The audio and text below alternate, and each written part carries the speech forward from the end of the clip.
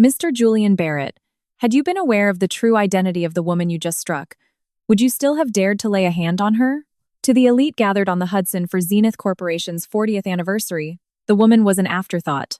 But when CEO Julian Barrett struck Eleanor Thorne in front of hundreds, he did more than settle a domestic dispute. He initiated his own downfall.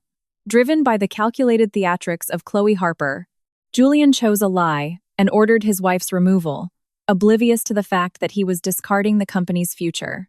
Moments later, Harrison Thorne would reveal the truth from the podium. Eleanor was not just a wife, but the sole heir to the Zenith Empire. In an instant, the absolute power Julian had spent a lifetime coveting evaporated, replaced by the cold reality of a woman he never truly knew. Under the glowing crystal chandeliers, the moment Chloe's scream pierced the air, the live string quartet in the ballroom stopped abruptly, as if their bows had been slashed. The champagne flute slipped from her hand, shattering against the marble floor, and golden drops of liquor stained the bodice and waist of her white evening gown. Chloe stumbled 2 steps back, twisted her body, and fell, precisely grabbing the hem of Eleanor's skirt as she went down. The cameras of nearby journalists immediately pivoted toward them. Someone gasped in shock, and others had already raised their smartphones to record the scene. Eleanor knew better than anyone that her hands had never touched Chloe. Until a moment ago, she had been reviewing an event planner's tablet, flagging a series of grossly inflated line items for floral arrangements and premium liquor procurement. After checking where Eleanor's gaze was fixed, Chloe deliberately tilted her glass. Before looking at the broken glass, Eleanor looked up at the camera mounted on the east pillar. The red recording light was on. It meant everything was being captured. Chloe sat slumped on the floor, covering her wet chest with trembling hands. With tears welling in her eyes, she looked up at Eleanor and spoke in a low, breathless voice. "Ma'am, do you really hate me working next to the CEO that much? Even so, how could you push me in front of all these people?" Eleanor took a slow breath and did not move a single step. "I did not push you. Get up right now. We can check the security footage to see who is telling the truth." Chloe's pupils trembled for a fraction of a second. Just then, Julian pushed through the crowd. The buttons of his black tuxedo were undone, and the face that had been smiling and clinking glasses with Wall Street investors just moments prior was now hardened with fury. He checked on Chloe on the floor first before glaring at Eleanor. "Eleanor, what did you do this time?" From his very first words, Eleanor realized he had already drawn his conclusion. "I didn't do anything." Chloe spilled the drink on herself and fell. "There is a camera right here, so we just need to check it." The muscles in Julian's jaw twitched. Chloe hastily grabbed the sleeve of Julian's jacket. "Mr. Barrett, please don't blame your wife. It's my fault for not being careful. I knew she disliked me, and I was wrong to get so close." Her words sounded self-deprecating, but her gaze was directed at the surrounding reporters. Eleanor did not miss that calculated angle. Julian helped Chloe to her feet, took off his jacket, and draped it over her shoulders. Then he spoke to his wife in a low voice. "Apologize immediately. Do you have any idea what night this is?" "Whatever night it is, lies do not become truth." Eleanor's voice was not loud, but everyone nearby could hear her. "Call the security team and check the video first. That is what you should do as the CEO." A brief flash of humiliation crossed Julian's face. He felt his wife was trying to lecture him in front of a crowd. He looked around. Board members, relatives, media executives, and major shareholders were all watching him. To Julian, their silence did not sound like a demand to verify the truth, but pressure to prove his absolute authority. Julian took a step toward Eleanor and spoke through gritted teeth. "If you admit you did this out of jealousy, we can end this right here." Eleanor looked him straight in the eye and asked back, "Do you have absolutely no intention of verifying my words even once?" Julian did not answer. Eleanor pointed her finger at the east pillar. "Camera 17 has a direct line of sight on this perimeter. Patch the feed through to the Security Operations Center immediately." At that moment, near the back of the ballroom, an event technician hastily raised his walkie-talkie to signal someone. Eleanor memorized even that small movement. Chloe intervened, sobbing. "You always thought I was trying to steal your husband, didn't you? You even told me to quit the company last week." Eleanor turned her head coldly. "I never told you to quit. I told you to submit the event expenditure reports." A few executives nearby exchanged meaningful glances. Chloe's lips stiffened, but Julian did not even notice the shift. Instead, he was furious that Eleanor was meddling in company affairs. "What right do you have to demand documents from my executive assistant?" That question pierced the deepest part of Eleanor's heart. For 3 years, she had never explained her true capabilities to her husband. Even when he assumed she was just an unconnected freelance translator, she never corrected him, and when her grandfather, the chairman, secretly tried to provide a luxury townhouse and an unlimited allowance, she refused it all. She wanted to know if love could truly be free from bloodlines and wealth.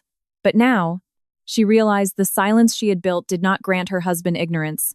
It had only fed his arrogance. You'll have a clear understanding of my standing shortly. Julian perceived this as a direct threat, his expression tightening. Are you planning to leverage your insignificant social network against me again? Your petty influence won't carry any weight in this boardroom. Your little boutique network has zero leverage in this room. Eleanor looked down at the wedding band on her right ring finger. The day she first put that ring on, Julian promised that while he might not have much, he would never leave her standing alone. Right now, in front of hundreds of people, he was hiding another woman behind his back while framing his wife as the culprit. That promise might have been broken a long time ago. Eleanor spoke for the last time. Julian, I am not asking you to blindly believe me. I am telling you to verify the facts. Those are two entirely different things. Julian's gaze wavered at the flashing cameras around them. He perceived Eleanor's refusal to back down as a direct challenge to his power. Chloe bit her lip and shed tears behind him, and the journalists waited for an even more scandalous scene. Julian wanted to show everyone that he was the master of this room. As his right hand went up, Eleanor did not dodge. A sharp, dry crack echoed across the grand ballroom. Eleanor's face snapped to the side, and she lost her balance. Her high heels slipped on the broken shards of glass, and her wrist slammed against the edge of a nearby cocktail table before she collapsed onto the marble floor. The moment her palm hit the ground, her wedding ring struck the metal table leg, letting out a sharp screech. Someone screamed, but Julian stood frozen. Only the tips of his fingers trembled slightly. Chloe did not miss the opening. She grabbed Julian's arm and pulled herself in front of him. It was a posture designed to make it look as though Eleanor might lunge at them again. Julian exhaled roughly and barked an order to the security team. Drag Eleanor out of the ballroom so she can't cause any more of a scene in front of the press. Eleanor, sitting on the floor, slowly raised her head. One cheek was swollen red, and she tasted blood on the inside of her lip. Yet, there were no tears in her eyes. Do you even know what you just did? Instead of answering, Julian pulled Chloe closer. I protected the person I needed to protect. Those words locked the final door in Eleanor's heart. Two security guards approached hesitantly. They looked at each other before grabbing her. They were terrified of laying a hand on the CEO's wife, but they could not disobey a direct order just given by the CEO himself. Sensing their predicament, Eleanor stood up on her own. Pain shot up from her wrist, but she did not change her expression. You do not need to touch me. However, do not let anyone leave this hall. One guard asked in a panic. Ma'am, what do you mean? Eleanor looked back at the east camera. She saw the event technician whispering rapidly into his walkie-talkie. Right next to him, Chloe's personal aide received a small memory card and slipped it into his pocket. Eleanor saw the exchange but did not shout immediately. If she told them to apprehend someone now, Julian would surely spin it as jealousy and paranoia again. Instead, she located the head of security, David Caldwell. Director Caldwell was standing near the ballroom entrance, observing the situation. Their eyes met. Eleanor raised 2 fingers, pointed at the east pillar, and slowly clenched her fist. David knew that signal. It was an internal security protocol signal meaning to lock down the premises when an issue occurred with the dual storage drives. He did not know who created that signal, but he had seen it countless times in training manuals. He hesitated for a moment before pressing his earpiece to connect to the control room, but Julian called out to him first. Director Caldwell, why are you just standing there? Get my wife out of here. David kept his lips tightly shut and looked at Eleanor. At that moment, a red alert popped up on his tablet. Administrator access request for camera 17. Eleanor knew from David's expression alone that the hacking attempt had begun. She picked up her small clutch from the floor and said, Director Caldwell, preserve the access logs immediately. Do not clear the cache. I want a full audit trail of every credential used to ping that server. Julian let out a scoffing laugh. Now you're trying to command the security team? Eleanor answered without looking at him. Someone needs to protect the evidence. Behind Julian's back, Chloe moved her hands to quickly send a text to her aide. Her fingers were precise and fast, unlike someone who was supposedly crying in terror. Julian roughly grabbed Eleanor's arm. Do you have any idea how long I've endured to get here? Today is the day my long-term tenure is officially recognized. And you are ruining everything over petty jealousy. Enduring the pain in her wrist, Eleanor looked down at his hand. Even now, you are only looking at your position, not at me. Julian flinched, but did not let go. Do you know what it took for me to reach this seat? Eleanor's voice dropped lower. So even verifying the truth is less important than your seat. Chloe whimpered again. Mr. Barrett, I am fine. Please let your wife go. We need to clean this up before the chairman arrives. At the word chairman, Julian's eyes grew sharp. He believed that Chairman Harrison Thorne would acknowledge his management performance today and announce his long-term contract. This event was supposed to be his declaration of victory. Julian released Eleanor's arm and gestured to the security guards. Escort her out immediately, and have the PR team confiscate all the press footage. At that exact moment, the central chandelier lights in the ballroom completely shut off, and then turned back on.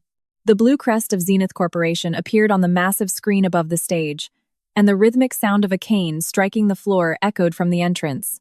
People instinctively parted to make a path. Chairman Harrison Thorne, dressed in a sharp black suit, was walking in slowly. Beside him were the Chief Audit Executive Nathaniel Reed, the Chief Legal Officer, and the head of the family trust. The chairman looked paler than usual, but his eyes were razor-sharp. He looked at Eleanor's reddened cheek, then at Chloe hiding behind Julian, and finally stopped in front of the shattered glass. No one dared to open their mouth. Who ordered the doors to be left open? Harrison's low voice crushed the atmosphere in the ballroom. The staff near the exits froze in place. The chairman turned his head toward David Caldwell. From this moment on, lock down all exits and secure the internal recording servers and employee devices. No one leaves. Julian stepped forward in a panic. Mr. Chairman, there was a minor disturbance. I will handle it immediately. Harrison did not even look at him. Is the handprint left on that child's face the result of your handling? The grand ballroom instantly went so silent that even the sound of breathing vanished. Suppressed gasps leaked from various corners.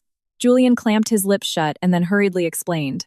Eleanor pushed my executive assistant. On an important night like this, she tried to ruin the event out of personal jealousy. I apologize for losing control of my emotions, but you must look at what provoked it first. Harrison slowly walked over to Eleanor. Did you push her? Eleanor looked at her grandfather and shook her head. No. It is all recorded on the camera, but someone is trying to delete it right now. Eleanor's gaze did not waver in the slightest. Harrison's eyelids trembled infinitesimally. He believed his granddaughter's answer, but he did not immediately reprimand Julian. Instead, he asked Nathaniel Reed, "Has the footage been secured?" Nathaniel checked his tablet and replied, "We have 2 abnormal administrator access requests for camera 17. One is from an event technician account, and the other is a top-level override from the CEO's office. We are still verifying if the original file remains." The blood drained from Julian's face. Chloe took a step back, and her aide gripped the memory card in his pocket tightly. Julian spoke desperately. "Mr. Chairman, I never gave such an order. Someone must have used my account." Eleanor looked him straight in the eye for the first time. "We will find that out through an investigation. That is what I wanted from the very beginning." Julian saw something much colder than anger in Eleanor's eyes. It was the utter tranquility of someone whose disappointment had completely run its course. He suddenly felt that he had crossed an irreversible line, but the surrounding eyes prevented him from bending his knees. He still believed he had a chance to explain himself. Harrison reached out and stopped his hand just short of Eleanor's swollen cheek. He knew his granddaughter despised receiving pity in front of others. He pulled a crisp white handkerchief from his jacket pocket and handed it to her. Eleanor wiped the blood from her lip and spoke quietly. "Grandpa, please do not cover this up because of my status. We must verify everything through the video and digital logs." The expressions of the people around them froze simultaneously. Julian looked back and forth between Eleanor and the chairman as if doubting his own ears. Did she just say Grandpa? Julian's jacket slipped from Chloe's hands and fell to the floor. The camera shutters from the press exploded like fireworks. Harrison walked up to the podium and stood before the microphone. He did not unfold his prepared congratulatory speech. Instead, he pointed his hand toward Eleanor standing in the center of the ballroom. Today is a night to celebrate the 40th anniversary of Zenith Corporation, but it is also the night to introduce the next generation who will carry on the founder's legacy. Julian's breathing turned ragged. His eyes shook in disbelief. Harrison spoke, putting weight into every single word. Eleanor Thorne is the only daughter of my late only child, and the sole direct beneficiary of my family trust. And starting today, she is the individual who will officially begin the succession verification process for Zenith Corporation. The ballroom fell into absolute silence. The people who, just seconds ago, saw Eleanor merely as the CEO's ordinary wife now straightened their postures. Relatives scanned each other's faces, and the board members quickly began their mental calculations. Chloe stood with her mouth hanging open, unable to utter a single word. Julian stared at Eleanor's wedding ring and slowly took a step back. Only then did small moments from the past hit Julian all at once. The reason the chairman's voice always softened when he looked at Eleanor. The reason no one dared to openly gossip about her even when she wasn't invited to elite family gatherings. The reason mysterious advisory reports always arrived whenever he faced a corporate crisis. It all connected. He realized he had never once genuinely asked about the life of the woman he believed he loved. However, the emotion that preceded that realization was not remorse, but pure terror. The terror that his position, his stock options, and his future could all collapse. Julian tried to approach Eleanor, but David Caldwell blocked his path. Harrison issued an order. Suspend Julian Barrett's access privileges temporarily, effective immediately. Secure the CEO's office accounts and all corporate devices, and let no one touch them until the audit committee finishes its review. Julian raised his voice. Mr. Chairman, this is a misunderstanding. You cannot mess with management rights over a marital dispute. Harrison finally looked at him dead on. Your executive standing and equity grants were contingent upon a morality clause and fiduciary responsibility, not just your KPIs. Did you fail to read the fine print of your own employment agreement? At that question, the entire board of directors kept their mouths shut. Julian's knees buckled ever so slightly. He stared at the spreading purple bruise on Eleanor's wrist and her swollen cheek. Hundreds of cameras were pointed at him, and the very people who had been calling him Mr. CEO and laughing with him just moments ago were nowhere near him. Even Chloe had stepped 2 paces away. Julian fell to his knees in front of Eleanor. The movement looked less like an apology and more like a falling man desperately grabbing onto the last railing. Eleanor, I evaluated this all wrong. Let's just talk for a second. We can resolve this between the two of us. Eleanor looked down at him. The man in front of her was the same person who held her hand on their wedding day and promised to trust her first in any situation. Yet, the very first apology out of his mouth now contained his own future far more prominently than her pain. Eleanor went to pull the wedding ring off her finger but stopped. There was still work to be done. No, this is not just between the two of us anymore. She looked sequentially at the east camera, the shattered glass on the floor, and the pocket where Chloe's aide had hidden the drive. From now on, the records will do the talking. Harrison withdrew his gaze from Julian and issued another order to David Caldwell. Completely lock down the doors, and do not arbitrarily confiscate the reporter's footage. Make sure they are copied under the supervision of the audit committee while preserving the originals. Julian, still kneeling on the floor, raised his head. Mr. Chairman, please give me just one more chance. A disappointment far deeper than anger surfaced on Harrison's face. Tonight was originally supposed to be your final test to prove your capability and character. But you just blew that chance away with a single swing of your hand. No one in the room dared to defend him. Eleanor walked toward the podium without saying a word. People's eyes followed her reddened face, but no one could drag her out anymore. Nathaniel Reed approached and asked quietly, Is there anything else we need to secure besides camera 17? Eleanor looked at Chloe's stained dress and the tablet held by the event staff. Please preserve the vendor contracts for the liquor and floral arrangements, the access logs for the event tech team, and the usage history of the CEO's administrative accounts. What happened today will not end with just one spontaneous lie. Nathaniel gave a curt nod. At that moment, a new warning popped up on his tablet screen. It was a message stating that the local original file from camera 17 had been deleted. But right below it, a smaller sentence followed. Independent cloud storage synchronization complete.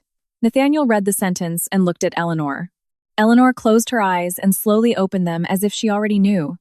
The very moment someone believed they had erased the evidence, the system was meticulously recording the fingerprints of the person trying to erase it.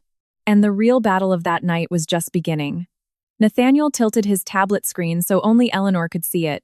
Below the phrase local original deleted, a blue indicator remained, reading Independent Cloud Storage Synchronization Complete.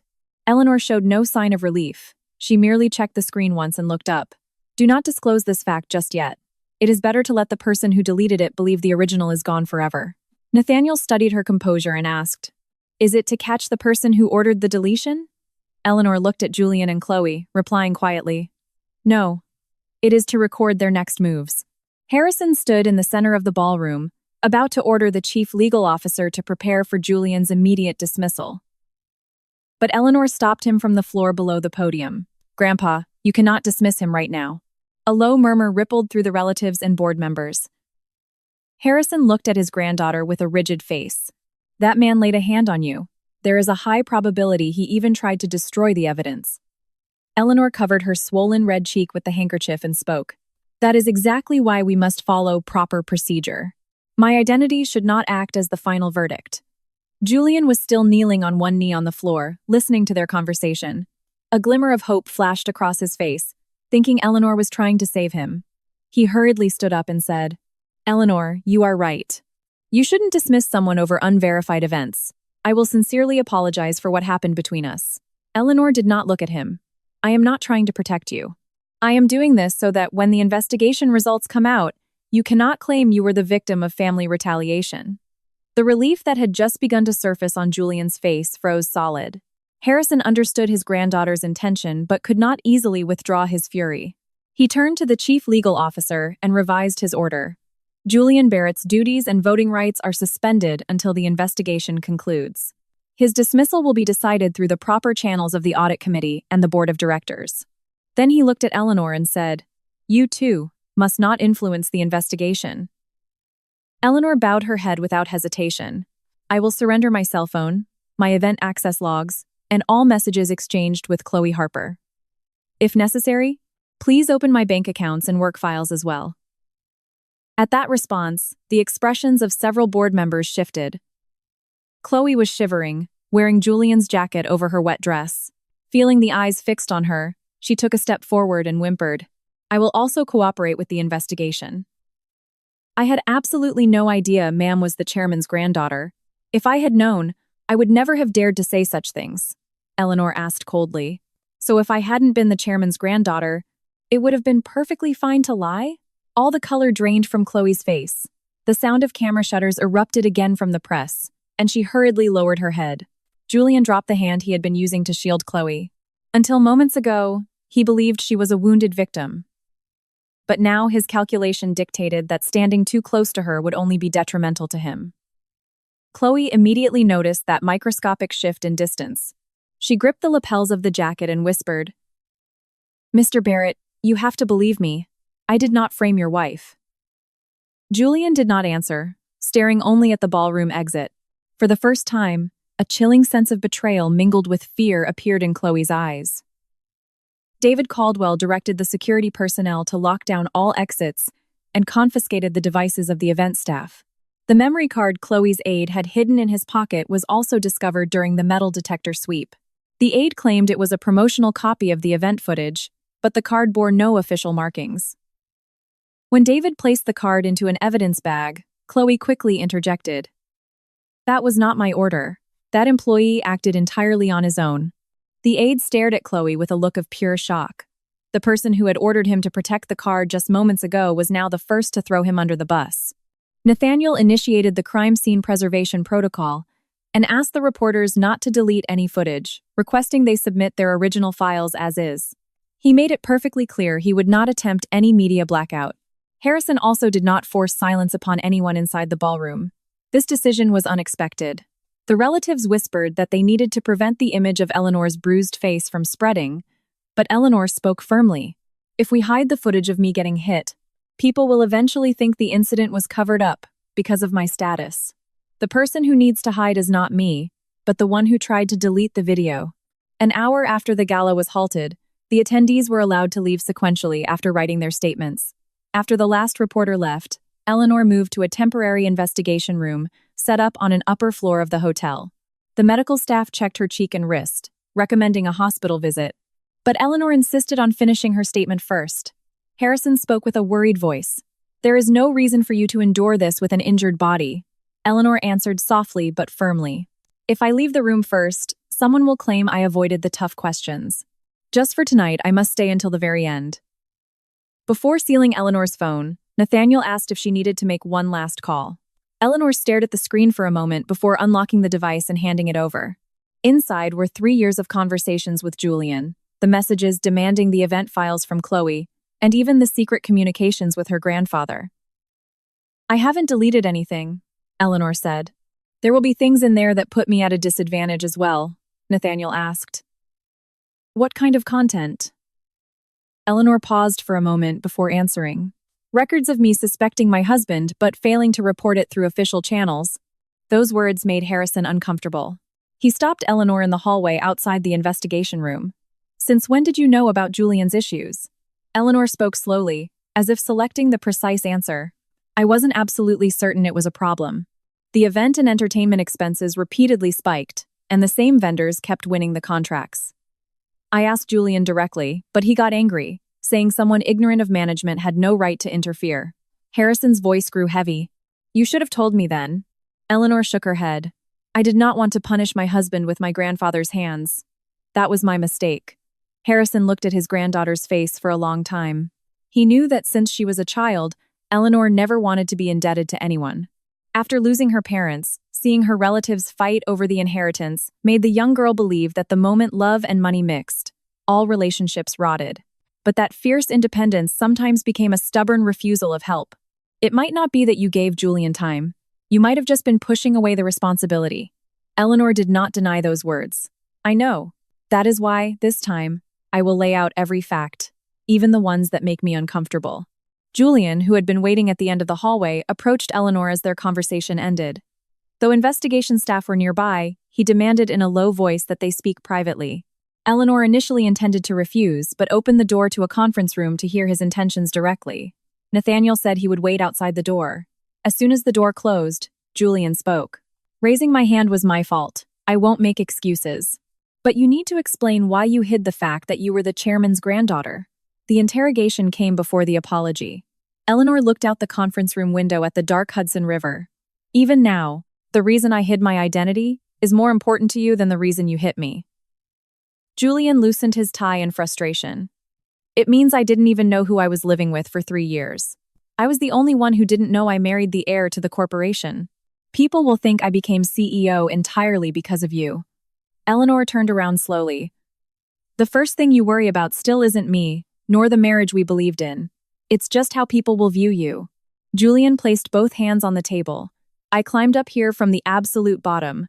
I worked twice as hard as anyone else to be recognized by the chairman. But if you knew everything from the start and were just testing me by my side, what does that make me?" Eleanor saw the terror mixed in with his anger. He could not handle the reality that he might not have been the chosen one, but merely a subject under observation. "I didn't marry you to test you. At least, not in the beginning.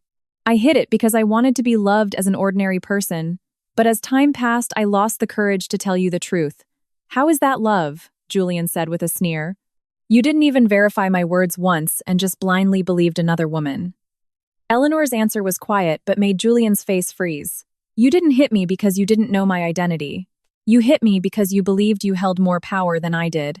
The reason you are on your knees right now isn't because you're sorry, but because you realize I am the one with the power." Julian opened his mouth but couldn't find the words to argue back. A moment later, he changed his demeanor. "Fine, I misjudged the situation. But if we blow this up publicly, you take a hit too. Let's separate the marriage issues from the corporate issues. I will apologize in front of the press and fire Chloe. Then the audit can end quietly." Eleanor smiled bitterly at the proposal. "If you fire Chloe, the records you erased disappear too." Julian's pupils wavered. "I didn't erase any records." Eleanor did not miss his expression. "Then just go through the investigation. If you are innocent, there is no reason to fear the process." As a last resort, Julian reached out to hold Eleanor's hand. When she stepped back, his hand stopped in midair. "We are a married couple. At the very least, we should protect each other in front of outsiders." Eleanor looked down at her red wrist before speaking. "You ended that promise an hour ago in front of everyone." Julian lowered his voice, delivering a warning. "Eleanor, the board of directors isn't driven by bloodline alone. If they think you are emotionally driving out your husband, your position as successor could be in jeopardy too." Eleanor opened the door and replied, "That is why I told them not to fire you right away." Stepping out of the conference room, Eleanor asked Nathaniel to add their recent conversation to the official investigation log. Julian stared at her in shock. Eleanor hadn't recorded it, but she dictated the time, location, and topic of the meeting in her own statement. I will not only state the parts that are favorable to me. Please record that I hid my identity and that I suspected my husband but failed to report it. Nathaniel paused his note-taking and asked, This could put you at a disadvantage for the succession verification. Eleanor did not hesitate. A position gained by hiding the truth is no different from the position CEO Julian Barrett is trying so desperately to protect. Meanwhile, Chloe was temporarily quarantined in a hotel suite, facing demands to hand over her smartphone. Before unlocking the screen, she requested to use the restroom. Accompanied by a female security guard, Chloe pretended to wash her hands at the sink while sending a quick text via her smartwatch. The recipient was Kevin Brooks from the event tech team. The message contained only one line. Check if a copy is left, and say it was an order from the CEO's office. Once the delivery receipt popped up, she instantly deleted the chat, but the watch's communication logs could not be erased so easily. Kevin was already sitting face-to-face with David Caldwell in a separate interrogation room. Initially, he claimed the original file vanished due to a system error. But when David showed him the administrator access timestamps and terminal locations, his face turned rigid. The first deletion request originated from the backstage tech booth, and the second authorization request was executed from the CEO's dedicated tablet. Kevin claimed he was merely following orders from the top. When David asked whose orders they were, he bit his lip. Right at that moment, Chloe's new message popped up on his confiscated phone. David read the message and showed the screen to Kevin. It seems Executive Assistant Chloe Harper is demanding you say it was an order from the CEO's office. Despair spread across Kevin's face. He realized he was not being protected. The first person to contact me was Miss Harper. She promised to give me a separate side contract if I wiped the original, but I didn't have the clearance for the second authorization, David asked. Who authorized it? Kevin spoke in a trembling voice. It required the CEO's personal biometric authentication. I don't know anything beyond that. As soon as Julian moved to a temporary office, he summoned PR Director Marcus Flynn. His operational authority was suspended, but giving personal advice was not explicitly forbidden. Julian closed the door and spoke in a low tone. If tonight's situation leaks as is, the company's stock and the brand image will collapse. Spin it so it looks like a simple marital misunderstanding that got blown out of proportion. Be smart about it. Marcus looked deeply uncomfortable. The chairman directly ordered us not to control the press. Julian replied coldly. I'm not telling you to control it. I'm telling you to explain the facts. The fact that Eleanor hid her identity for 3 years is also the truth, isn't it? Marcus caught the underlying intent of those words. Julian was trying to frame himself not as an abusive husband, but as a man betrayed by a deceptive wife. Sir, if that kind of information is leaked before the official investigation, it will look like media manipulation. Julian slammed his hand on the desk. I am still the CEO. My duties are merely suspended for a moment. Don't forget who gave you your position. Marcus's expression hardened. He did not refuse the order, but after leaving the room, he logged the exact time and content of the conversation in his personal notebook. Around 1:00 a.m., online articles began pouring out. At first, the majority reported that the CEO of Zenith Corporation assaulted his wife at a gala. Soon, however, articles with a completely different angle surfaced. Claims that Eleanor Thorne hid her status as the chairman's granddaughter to secretly observe her husband and the executives for years. Sensational headlines rapidly spread, alleging the marriage itself was a covert test for her succession. The source was listed as an anonymous corporate insider. In the comment sections, voices condemning Julian's violence fiercely clashed with those questioning Eleanor's true motives.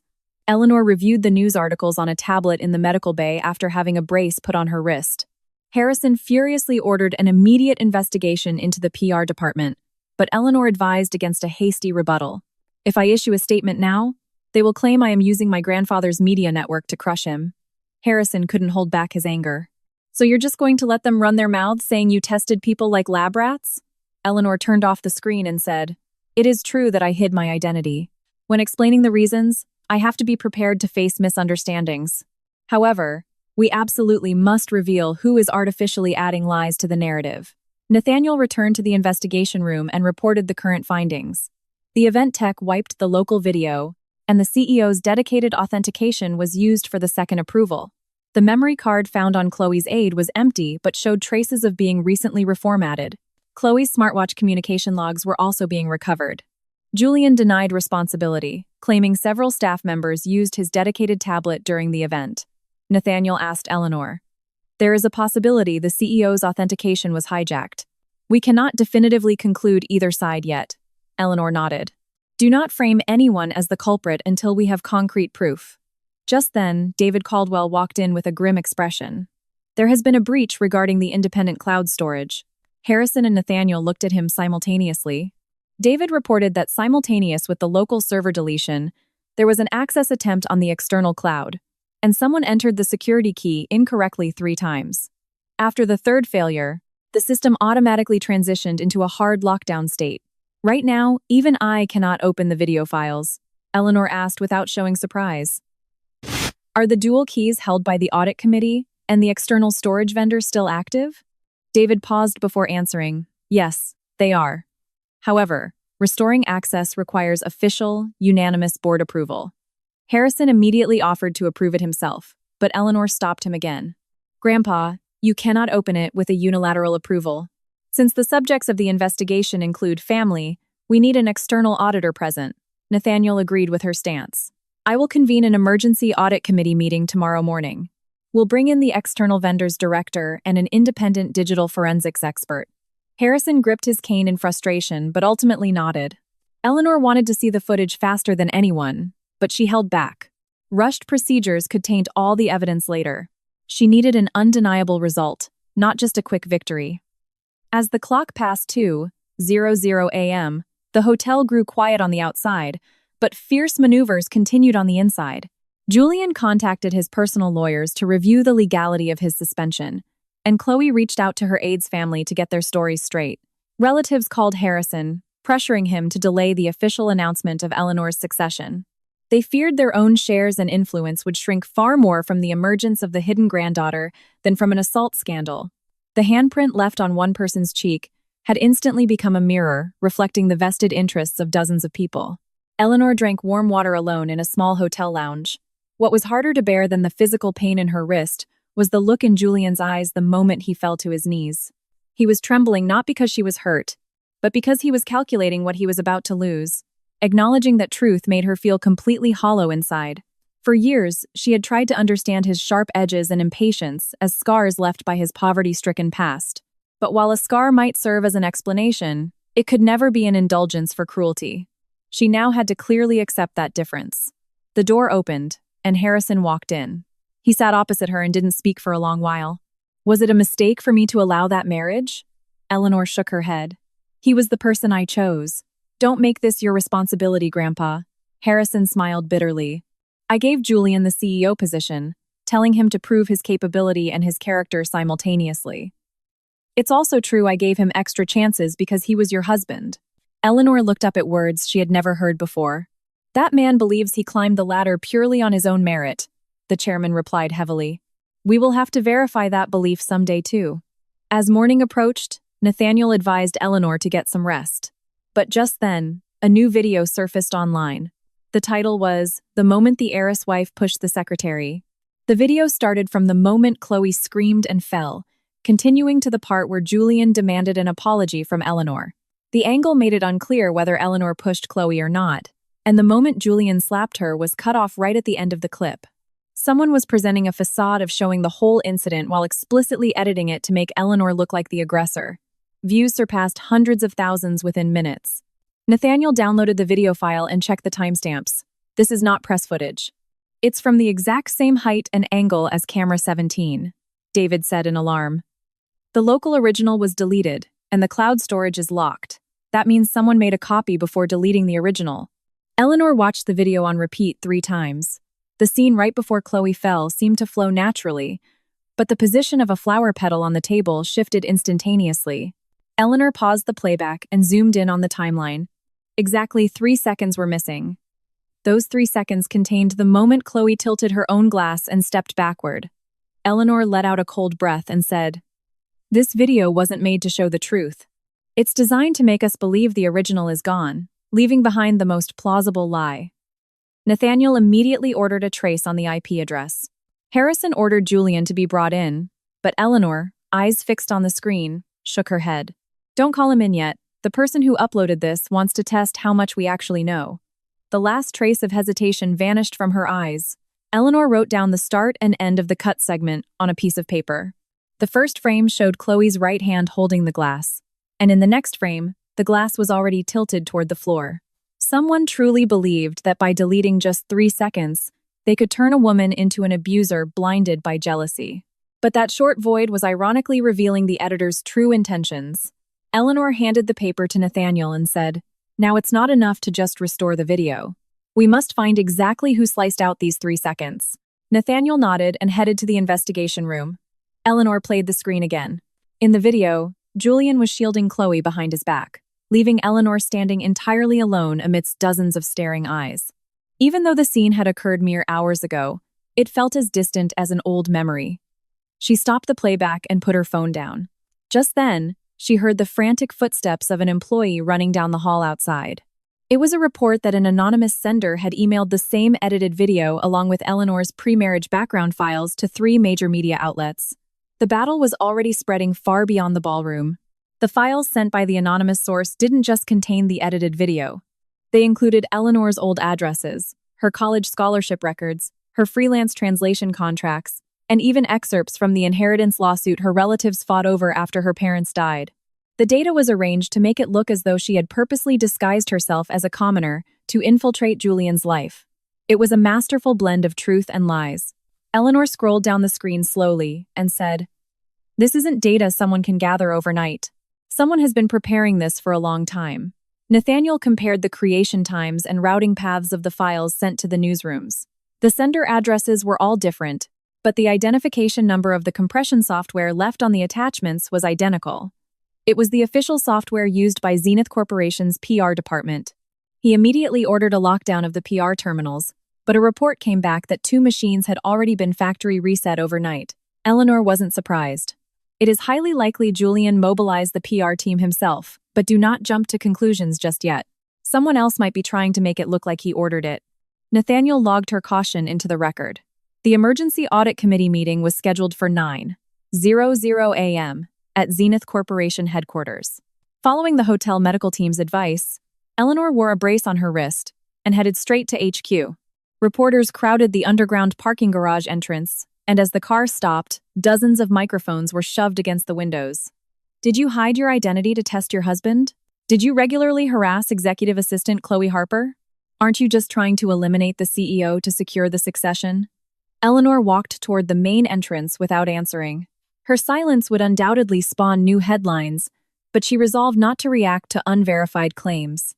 The moment she entered the HQ lobby, the eyes of the employees locked onto her simultaneously. The woman who, until yesterday, was only known as the quiet wife of the CEO, had appeared overnight as the founder's sole heir. Some employees bowed deeply from the waist. Others pulled out their phones as soon as she walked past. Eleanor gently discouraged the excessive bowing and simply nodded lightly as usual. When a young employee dropped his files by mistake in front of the elevators, she endured the pain in her wrist to help him pick them up. The employee apologized profusely in a panic, but Eleanor memorized the words financial management team printed on his ID badge. The audit committee room included Harrison, Nathaniel, 3 external auditors, the chief legal officer, and the chief information security officer. Julian was suspended but stayed in a separate waiting room as a subject of investigation, and Chloe waited on a different floor with her lawyer. Nathaniel started the meeting by demanding all attendees sign an oath, stating they would judge solely based on evidence, disregarding family ties or corporate ranks. Harrison was no exception. The chairman looked at his granddaughter once while signing the oath, but Eleanor did not avert her gaze. What she wanted was not protection, but the exact same standard. As the technical director from the external cloud vendor connected 2 authentication devices, the locked independent storage finally opened. However, the video from camera 17 did not play immediately. Someone had altered the file names and timestamps multiple times, causing the recovery system to struggle to separate the conflicting logs. The CISO stated they needed at least a day. Julian's lawyer, as if waiting for this exact moment, argued that the video was corrupted and therefore inadmissible as evidence. Eleanor studied the modification timestamps flashing on the screen and said, Please restore the sequence of the terminals that issued the modification commands before recovering the video itself. Even if a file is corrupted, the digital fingerprints of the tampering remain. The technical director looked surprised by Eleanor's demand. Do you understand the storage architecture? Eleanor looked at Nathaniel before answering. She had to decide whether this was the right time to reveal her professional background. Ultimately, she replied briefly, I have audited a similar system architecture before. The technical director sorted the access logs based on terminal MAC addresses. The very first copy command originated from the event terminal used by Chloe's aide, and the deletion command began with Kevin's tech account. The final authorization used top-level CEO credentials. However, the exact physical device where the authentication took place was yet to be confirmed. Nathaniel assembled a separate forensic team to investigate the leak routes and the vendor contracts simultaneously. Because Eleanor was both a victim and a subject of the investigation, she could not be granted official authority. Instead, she chose to submit the information she already knew as a written affidavit. The first thing she recorded were the vendor names she had seen on the event planner's tablet the previous night: Apex Beverages, Bloom Floral Design, and Horizon Audio. When Nathaniel ran a search through the corporate database, the three companies had repeatedly won contracts for major Zenith Gala events over the past 2 years. Their bidding prices were on average higher than competitors, but almost all the contracts were executed under exception approvals signed by Julian Barrett. Eleanor requested a cross-reference of the CEOs and registered addresses of the three companies.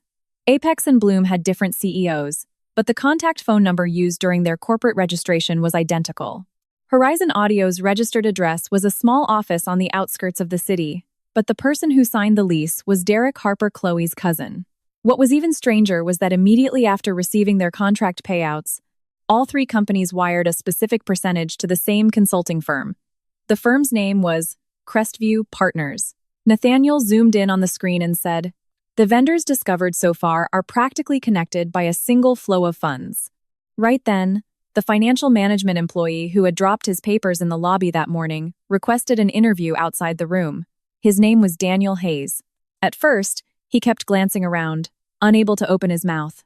When Eleanor stepped out personally, Daniel lowered his voice and said, "I am not trying to speak to the heiress, but to the victim. I want to leave a record of what I saw." Eleanor didn't open the conference room door but guided him to a small consultation room. "You can call me by whatever title you want. However, I must present your statement to the audit committee to legally protect you."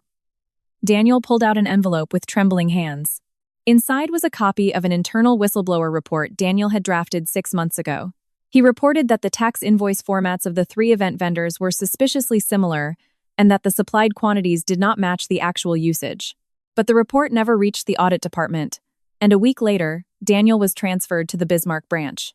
Having temporarily returned to HQ due to a recent staffing shortage, he spotted the staff from those same vendors at the gala last night. "Who ordered the transfer?" Nathaniel asked. Daniel hesitated for a long time before replying. The transfer order originated from the CEO's suite as an internal HR memo. While an executive signed off, Chloe Harper personally handled the execution. Within an hour of Daniel attempting to whistleblow, he received a notification that his family's commercial lease was under review for immediate termination. It wasn't a coincidence. It was a targeted retaliation. The sender was the building management company, which had deep business ties with Zenith's real estate division.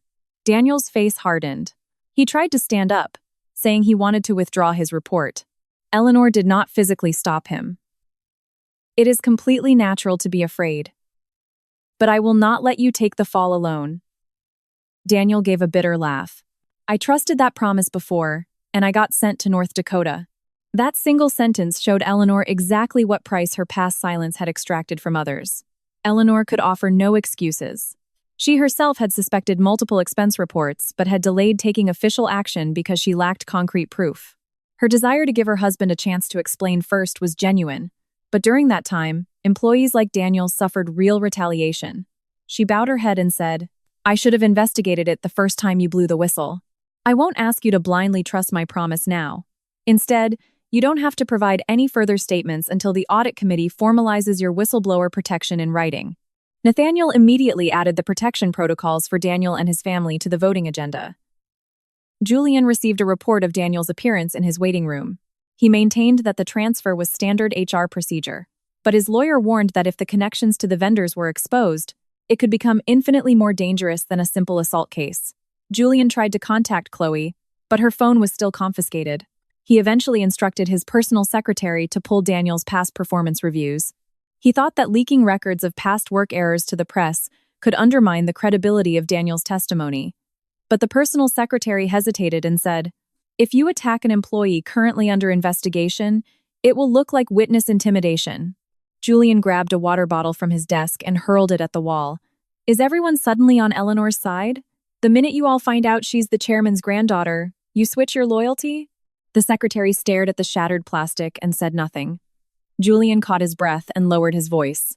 Tell the legal team to investigate how Eleanor accessed internal information and review whether looking at management data while hiding her identity constitutes a crime. He believed that exposing his wife's secret investigations could flip the current allegations into a narrative about a vicious corporate power struggle. Chloe sat facing her lawyer in an interview room on another floor. She claimed that all deletion orders were executed independently by Kevin and her aide.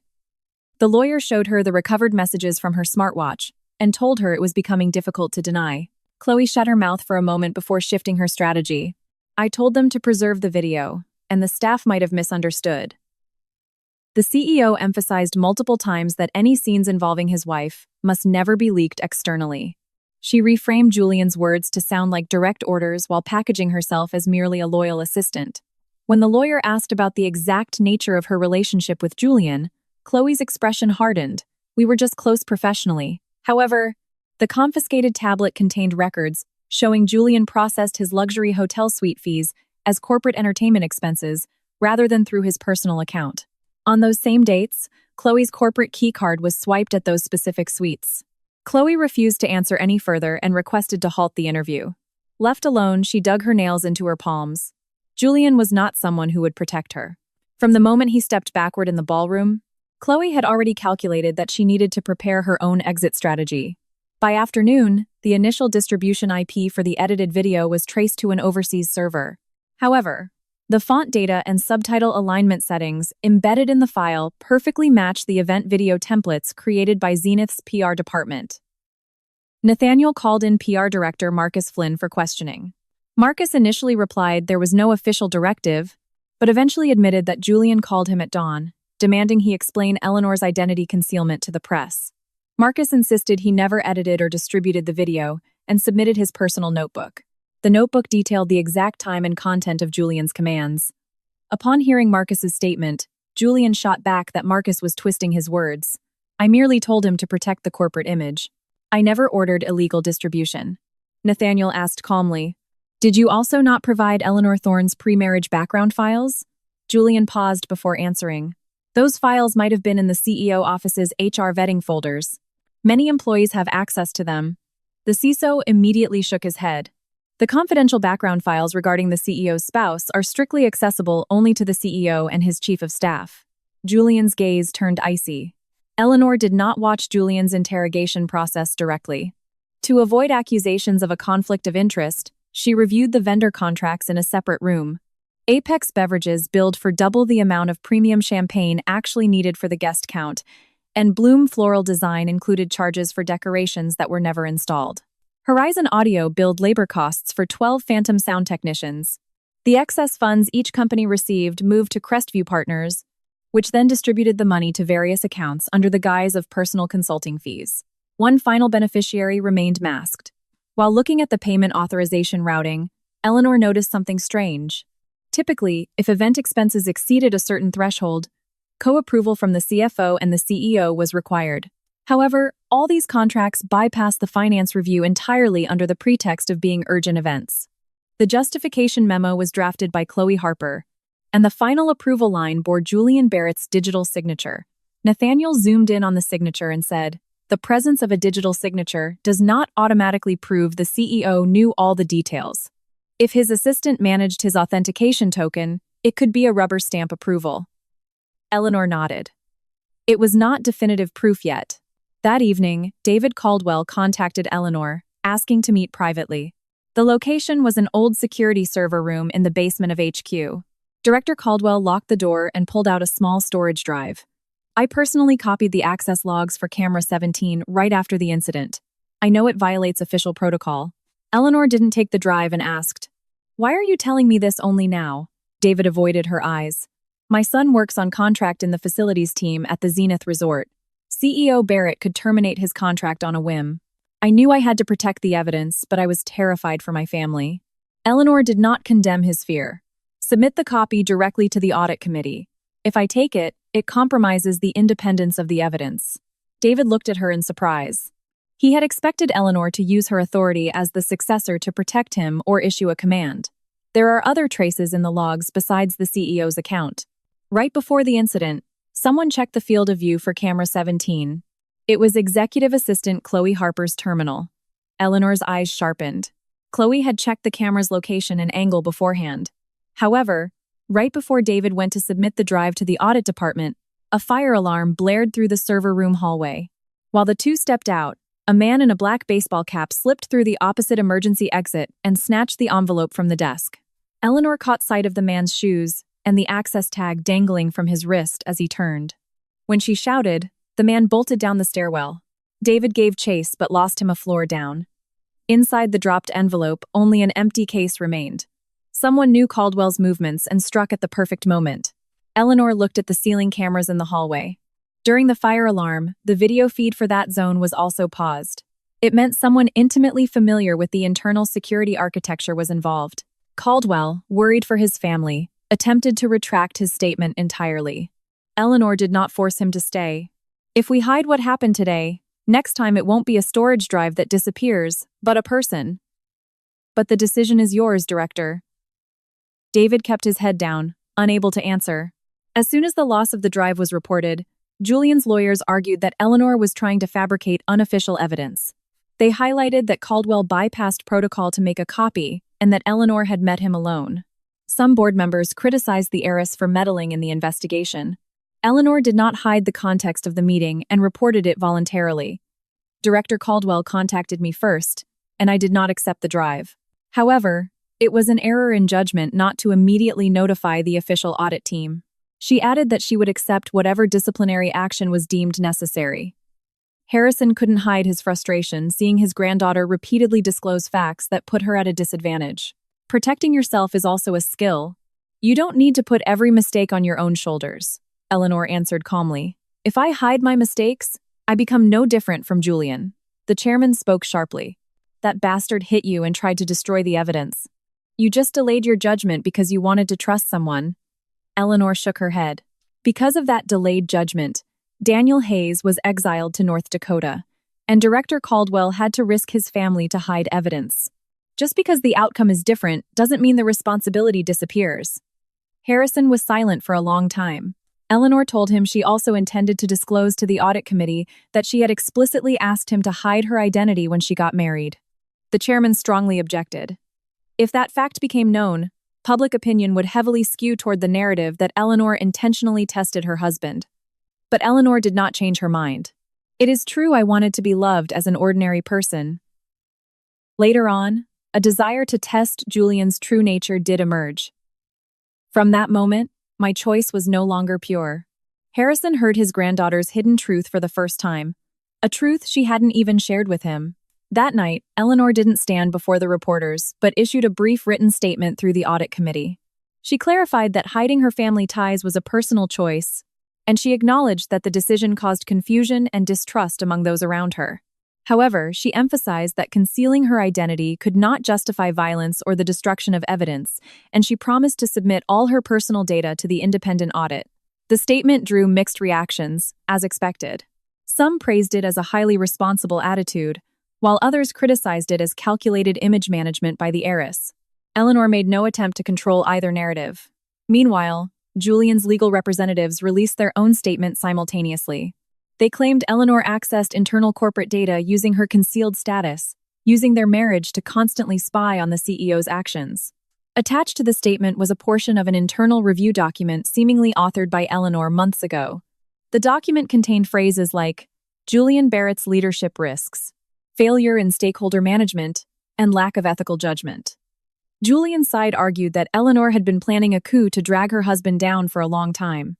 The media immediately dubbed it the War of the Roses power struggle. The moment Eleanor saw the document, she recognized it as a report she had drafted. But it was a rough personal draft she had never submitted to anyone.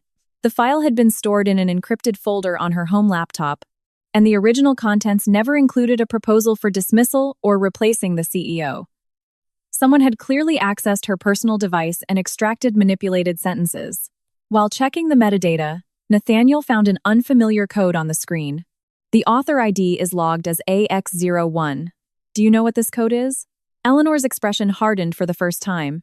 AX01 was the architect alias she used during overseas audit projects. It was an ID granted only to the person who designed Zenith Corporation's data retention architecture and internal risk assessment models.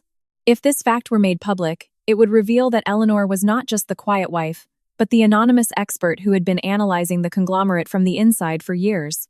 Simultaneously, people would reasonably suspect that she abused her hidden status to spy on executives. Eleanor did not deny the code. That is my ID. But this document is different from the original. I will submit the original device. Nathaniel dispatched investigators to secure her home laptop, but the study in the Upper East Side penthouse had already been ransacked.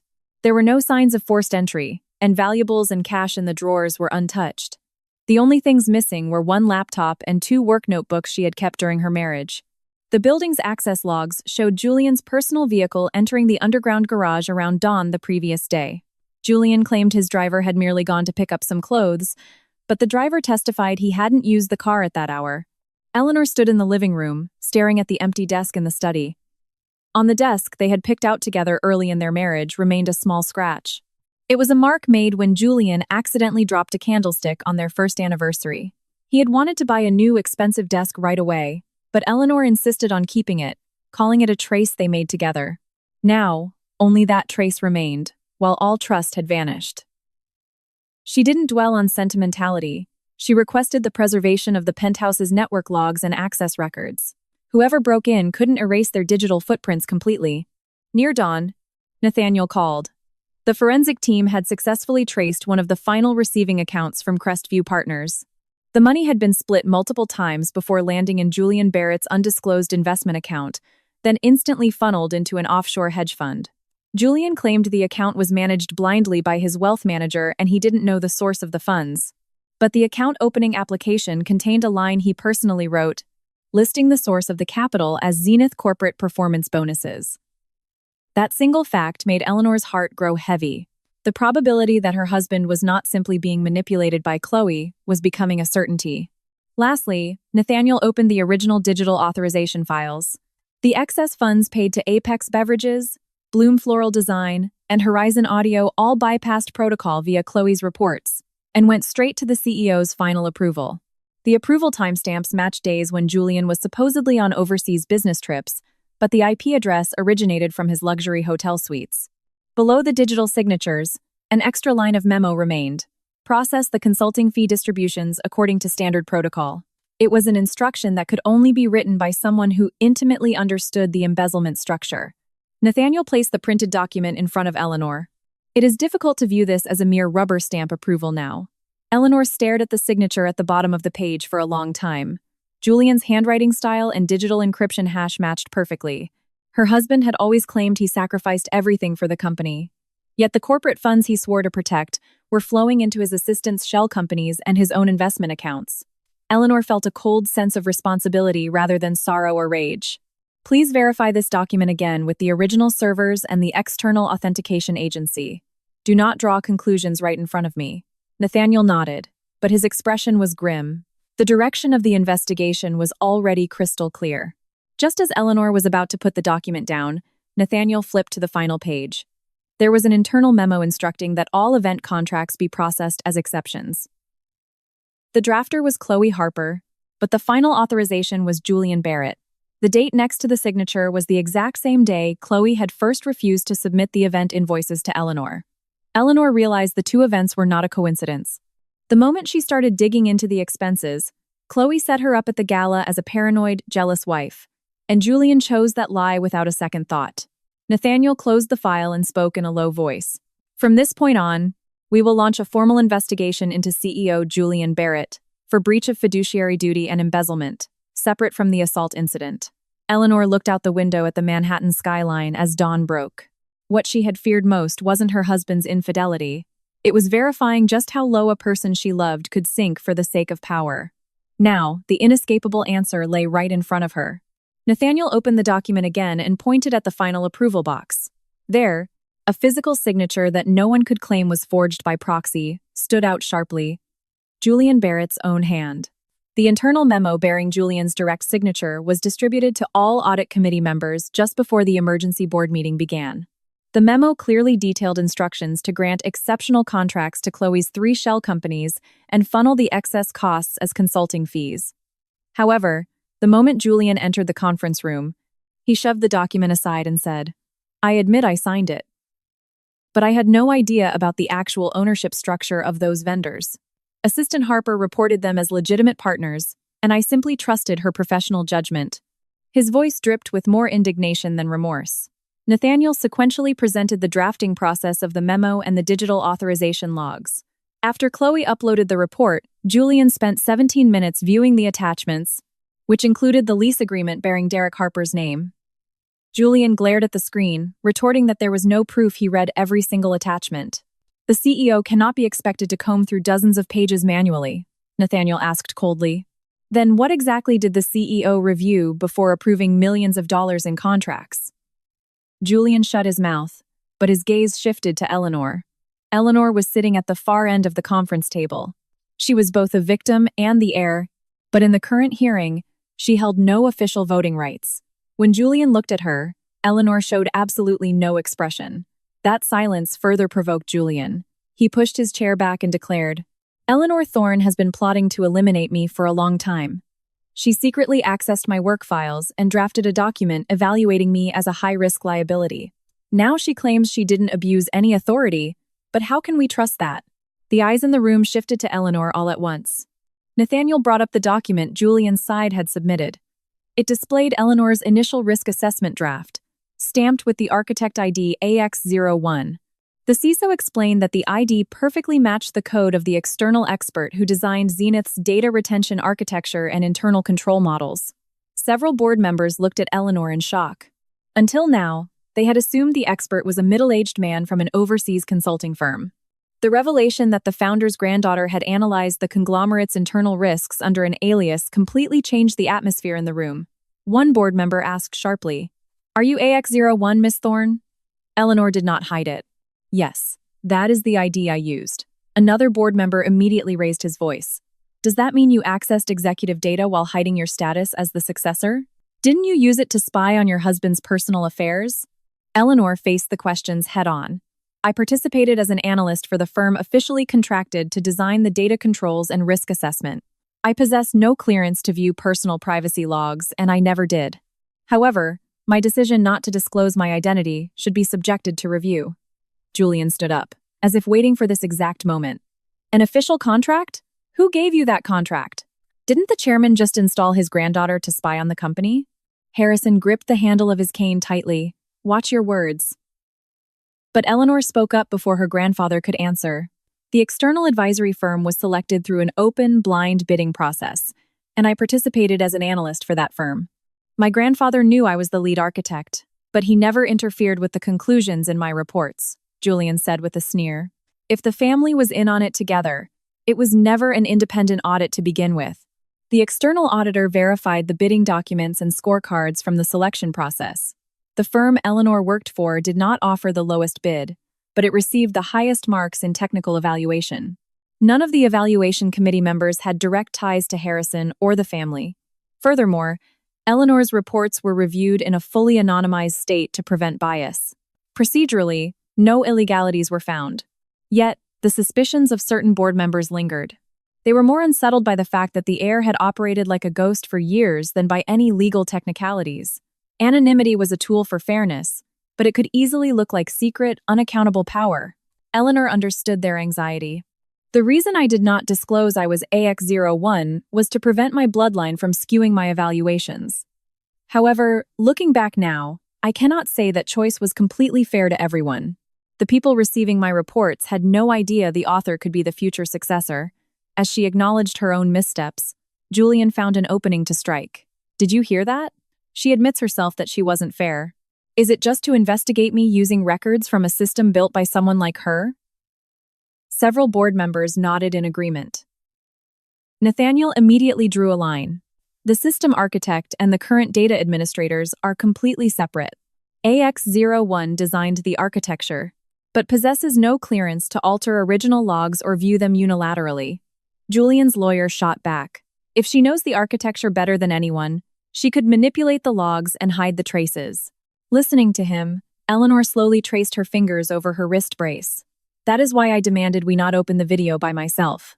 It requires 3 simultaneous keys: the external cloud vendor, the audit committee, and the CISO.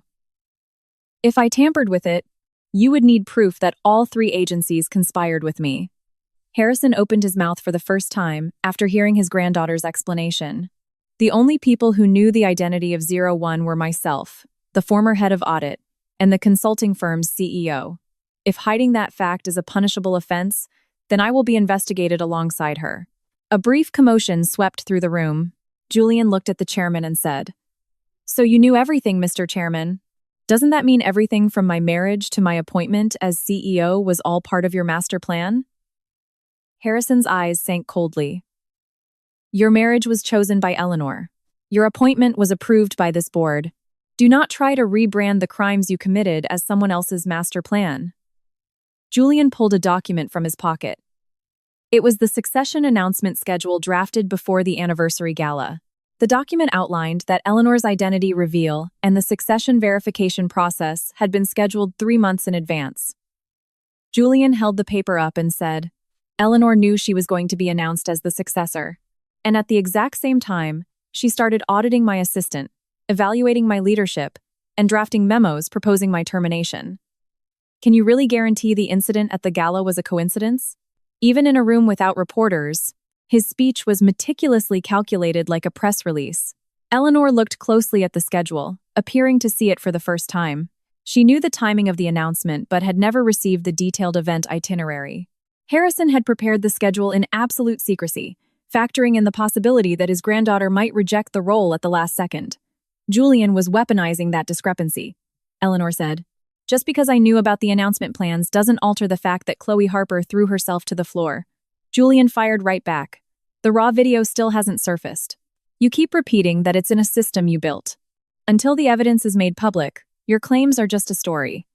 Just then, the conference room door opened, and David Caldwell walked in. His face bore the exhausted traces of a sleepless night. He placed an official affidavit and a new storage drive in front of Nathaniel. What was stolen yesterday was a temporary clone, and Caldwell stated he had distributed the original logs into a secondary secure partition. "I admit I broke protocol, but the moment I saw the deletion alert, I knew I had to save at least the access logs to the original file." Julian's lawyer immediately questioned the credibility of the evidence, but Nathaniel initiated the sealing protocol by handing the drive directly to the external forensic expert. Caldwell then explained his reason for delaying his statement. He confessed he was terrified because his son worked on a contract in the resort division, and he had witnessed employees who defied Julian get banished to remote branches. "As the person meant to protect the evidence, I put my family first. And in that window of time, someone tried to erase the logs entirely." Hearing his statement, Eleanor recalled Daniel Hayes's face. A single word from someone with absolute power didn't need to be a direct threat to silence people. While she had waited for her husband to change, that silence had infected the entire organization like a disease. Decrypting the storage drive took 2 hours. According to the restored access logs, 40 minutes before the incident, Chloe checked the live feed of camera 17 times using her work tablet. She used the zoom function to check the blind spot between the cocktail tables and the east pillar. After the incident, a secure internal message was sent from the same tablet to tech Kevin Brooks. The message was brief. "Handle 17 first."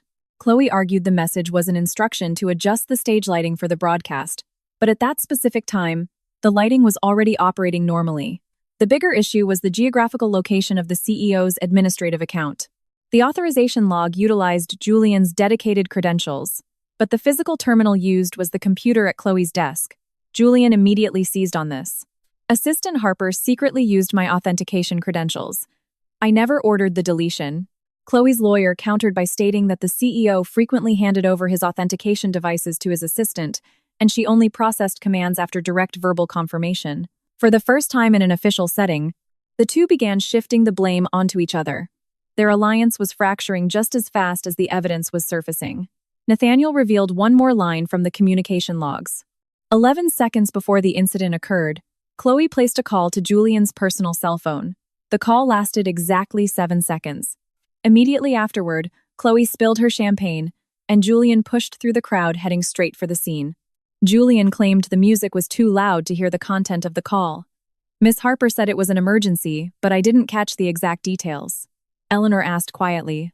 Then how were you so absolutely certain that I pushed her the second she fell?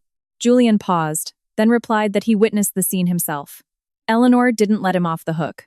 From the direction you entered, the cocktail tables blocked your view of the exact moment she fell.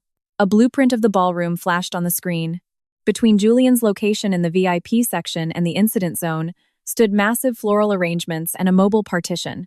He could hear Chloe's scream, but he could never have seen if Eleanor actually pushed her. Julian shifted his story, claiming he judged the situation based on the reactions of the people staring at Eleanor. Nathaniel recorded it methodically. His explanation mutated with every follow-up question. However, that alone wasn't enough to definitively prove premeditated collusion. In a separate interview, Chloe claimed she couldn't remember the content of the call. When the auditor pressed her on the exact timing 11 seconds prior, she suddenly burst into tears. I merely told the CEO that his wife was glaring at me terrifyingly. I had no plan to fall down on purpose. The investigator asked why she checked the camera angles in advance. Chloe claimed checking the broadcast feeds was standard protocol for an executive assistant. But she hadn't checked any other cameras, only camera 17, and she checked it 3 times. Her explanations were boxing her into a corner, but she hadn't completely crumbled yet. When the meeting paused for a recess, Julian waited for Eleanor in the hallway. Security stood between them, but he spoke to her from a distance. Is this what you wanted? Everyone looking at me like I'm a criminal? Eleanor stopped walking. What I want is for them to see exactly what you did. Julian's face contorted. I didn't know about Chloe's shell companies, and I didn't order the deletion of the video. You've already sentenced me as guilty. Eleanor shook her head. The only thing I've decided is that I can no longer live with you. The evidence will decide the rest. Unable to push past the security guards, Julian lowered his voice. If I go down, you aren't walking away clean either. People won't remember you as a betrayed wife. They'll remember you as the cutthroat heir who purged her husband for power. Eleanor looked into his eyes for a moment. Her past self might have been shaken by those words. Terrified that others might view her love as a calculated lie, she might have chosen silence once again. But now, she had to choose what was true over how she appeared. I cannot take responsibility for the lies you created to save yourself. She turned and walked back into the conference room. During the afternoon session, the legality of the system designed by AX01 was heavily scrutinized. The external auditor explained that the data retention architecture itself contained no illegal elements. Rather, it was engineered so that even administrators could not arbitrarily alter original files. However, they pointed out that Zenith's failure to explicitly disclose the architect's identity as the successor constituted a failure in conflict of interest management. Eleanor accepted that assessment. She voluntarily promised to disclose her entire consulting fee and work logs and barred herself from accessing any related systems until the system verification was complete. Some board members argued that wasn't enough. In particular, Harrison's nephew, Richard Thorne, argued that Eleanor's mere presence in the ongoing investigation could pressure the employees. We must protect the victim's rights, but we must also block any possibility that her status as successor might influence the investigation's outcome. Richard was someone who had long believed himself to be the strongest candidate for succession within the family. He felt the greatest threat from Eleanor's emergence, but procedurally, his argument wasn't entirely wrong. Nathaniel also determined that if Eleanor continued to attend the hearings, the independence of the results could be attacked. Harrison strongly opposed it. Eleanor is the victim and the primary witness. There is no reason to expel her from this room. But Eleanor spoke up first. If my formal statements are concluded, I will step out. The chairman glared at his granddaughter. You do not need to give them exactly what they want. Eleanor replied softly. If my presence causes the evidence to be doubted, it is better for me to leave. However, please guarantee my right to be informed of the investigation's progress and submit written rebuttals if necessary. Nathaniel explicitly noted those conditions in the minutes, and the board voted to temporarily exclude Eleanor. Eleanor walked out of the room where they were debating the system she designed and the corruption she uncovered. The moment the doors clicked shut, the voices inside were muffled by the thick walls. She sat on a bench in the hallway and tightened her wrist brace. The name of the successor could open countless doors, but right now, that very name kept her standing outside the most important door of all. It was an unjust yet necessary price. If she wanted the absolute truth, she had to accept consequences she could not control. For the first time, Eleanor realized that relinquishing power was far more difficult than wielding it.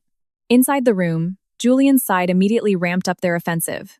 His lawyers pointed out that the timeline between when Eleanor claimed her home laptop was stolen and when the edited document was leaked was suspiciously close. Because the original device is missing, she could just claim any document unfavorable to her is a forgery. Nathaniel presented the penthouse access logs and Julian's vehicle records, but Julian repeatedly deflected, suggesting his driver or security detail could have used the car. He flatly denied ever taking Eleanor's laptop. Without direct fingerprints or security video, it was difficult to prove theft with vehicle logs alone. Chloe's side took it a step further. Chloe alleged that for months, Eleanor had been pressuring her to report on Julian's private life. The text messages submitted as evidence showed Eleanor requesting summaries of the CEO's external schedule and entertainment expenses. However, Eleanor had requested official data to audit the ballooning costs. The preceding and subsequent context of the texts had been cropped out. Nathaniel demanded the submission of the full, unedited chat logs, but Chloe replied she had recently replaced her phone and no longer had the history. A single cropped sentence was inflating into yet another massive conspiracy. While waiting outside the room, Daniel Hayes approached Eleanor. He told her that after receiving notice that his whistleblower protection was officially approved, he decided to give an additional statement. When Executive Assistant Harper told me to stop looking into the vendor data, the CEO was standing right next to her. He didn't say a word, but as I was leaving, he commented that the air in Bismarck was very nice this time of year. Eleanor understood that while it wasn't a direct transfer order, it was a perfectly clear warning. Did anyone else witness this? Daniel replied that the finance director and a chauffeur were in the hallway at the time. However, the finance director had already left for an overseas assignment and was unreachable. The chauffeur had suddenly submitted his resignation and turned off his phone. Someone was methodically pushing the witnesses out of the organization before they could be connected. Eleanor wanted to alert Nathaniel immediately, but she was barred from attending the meeting. She drafted a formal written affidavit and submitted it to the audit committee's reception desk. The clerk took the envelope and said apologetically, "Currently, all submissions from you must first undergo a conflict of interest review, Miss Thorne." Eleanor realized her envelope might not reach the investigation team immediately. That evening, an anonymous post appeared on Zenith Corporation's internal message board. The author claimed that AX01 had illegally surveilled the emails and access logs of all employees for years.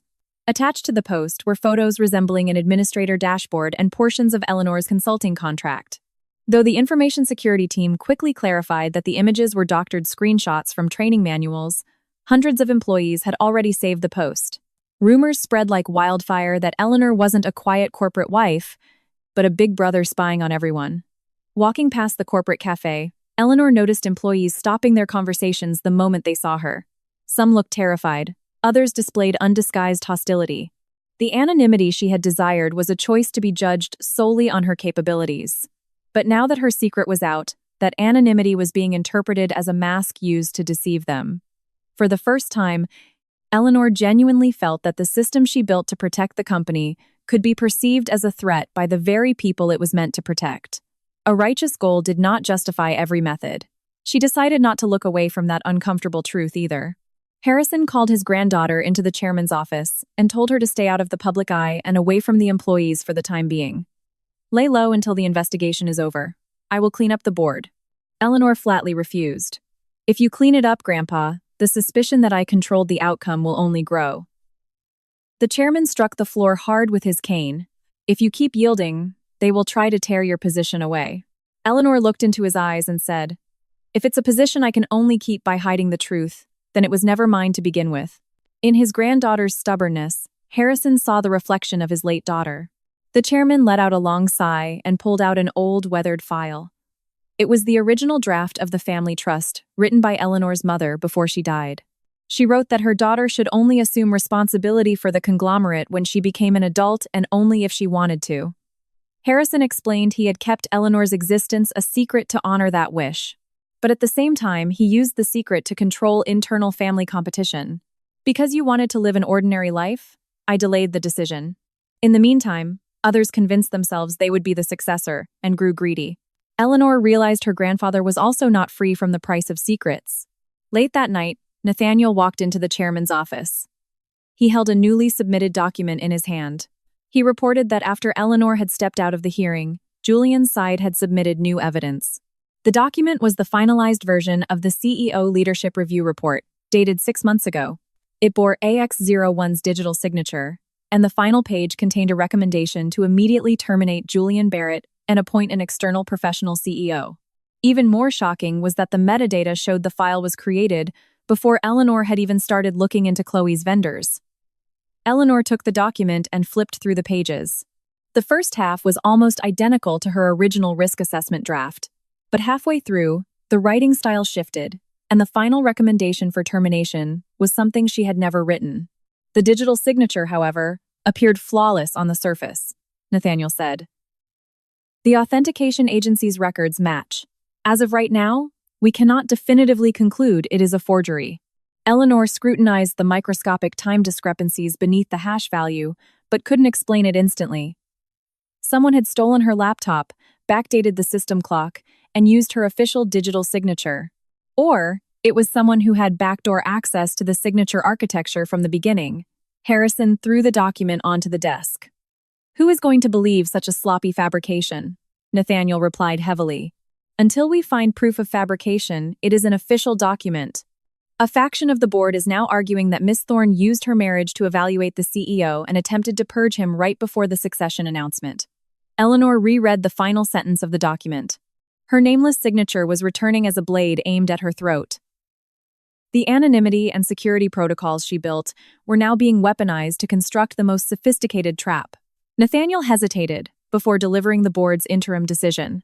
All activities by AX01 and the succession verification process are suspended until the authenticity of this document is verified.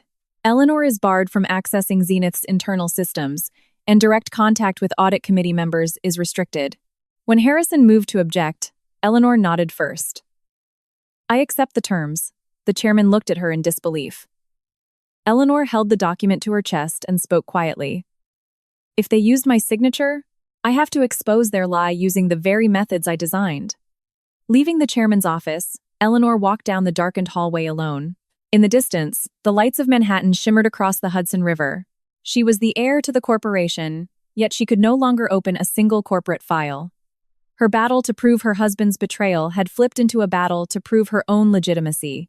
Right before the elevator doors closed, Julian appeared at the end of the hall. He saw the document in Eleanor's hand and smiled coldly. Now you understand. You can't trust anyone with a secret. Eleanor looked at Julian through the narrowing gap of the doors. So you used my secret to manufacture a lie. Julian's smile faltered for a fraction of a second. He didn't answer directly, but said, You were the one who documented me as a dangerous husband first. Now it's time for people to judge. The elevator doors shut completely. Eleanor reopened the report bearing her digital signature. Under the termination recommendation on the final page, there was an encrypted watermark known only to her. It was an embedded marker that an outsider couldn't simply copy just by stealing the file. At that moment, Eleanor's fingertips stopped. Only 3 people in the world knew about that watermark. Herself, the CEO of the consulting firm, and the internal Zenith director who received the final architectural handover. That internal director's name was currently absent from the audit committee roster and the information security team. It was the former VP of Data Strategy, Kevin Brooks. Wait, Kevin Brooks was the tech guy. Let's name this former VP Michael. No, avoid Michael. Let's use Thomas Tom Sterling. No, avoid Sterling. Let's use Thomas Tom Vance. No, avoid Vance. Let's use Thomas Tom Mercer. Let's use Thomas Mercer.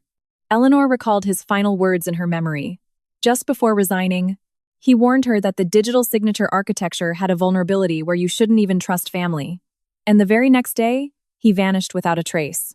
The moment the name Thomas Mercer surfaced in her mind, Eleanor hit the emergency stop button in the elevator.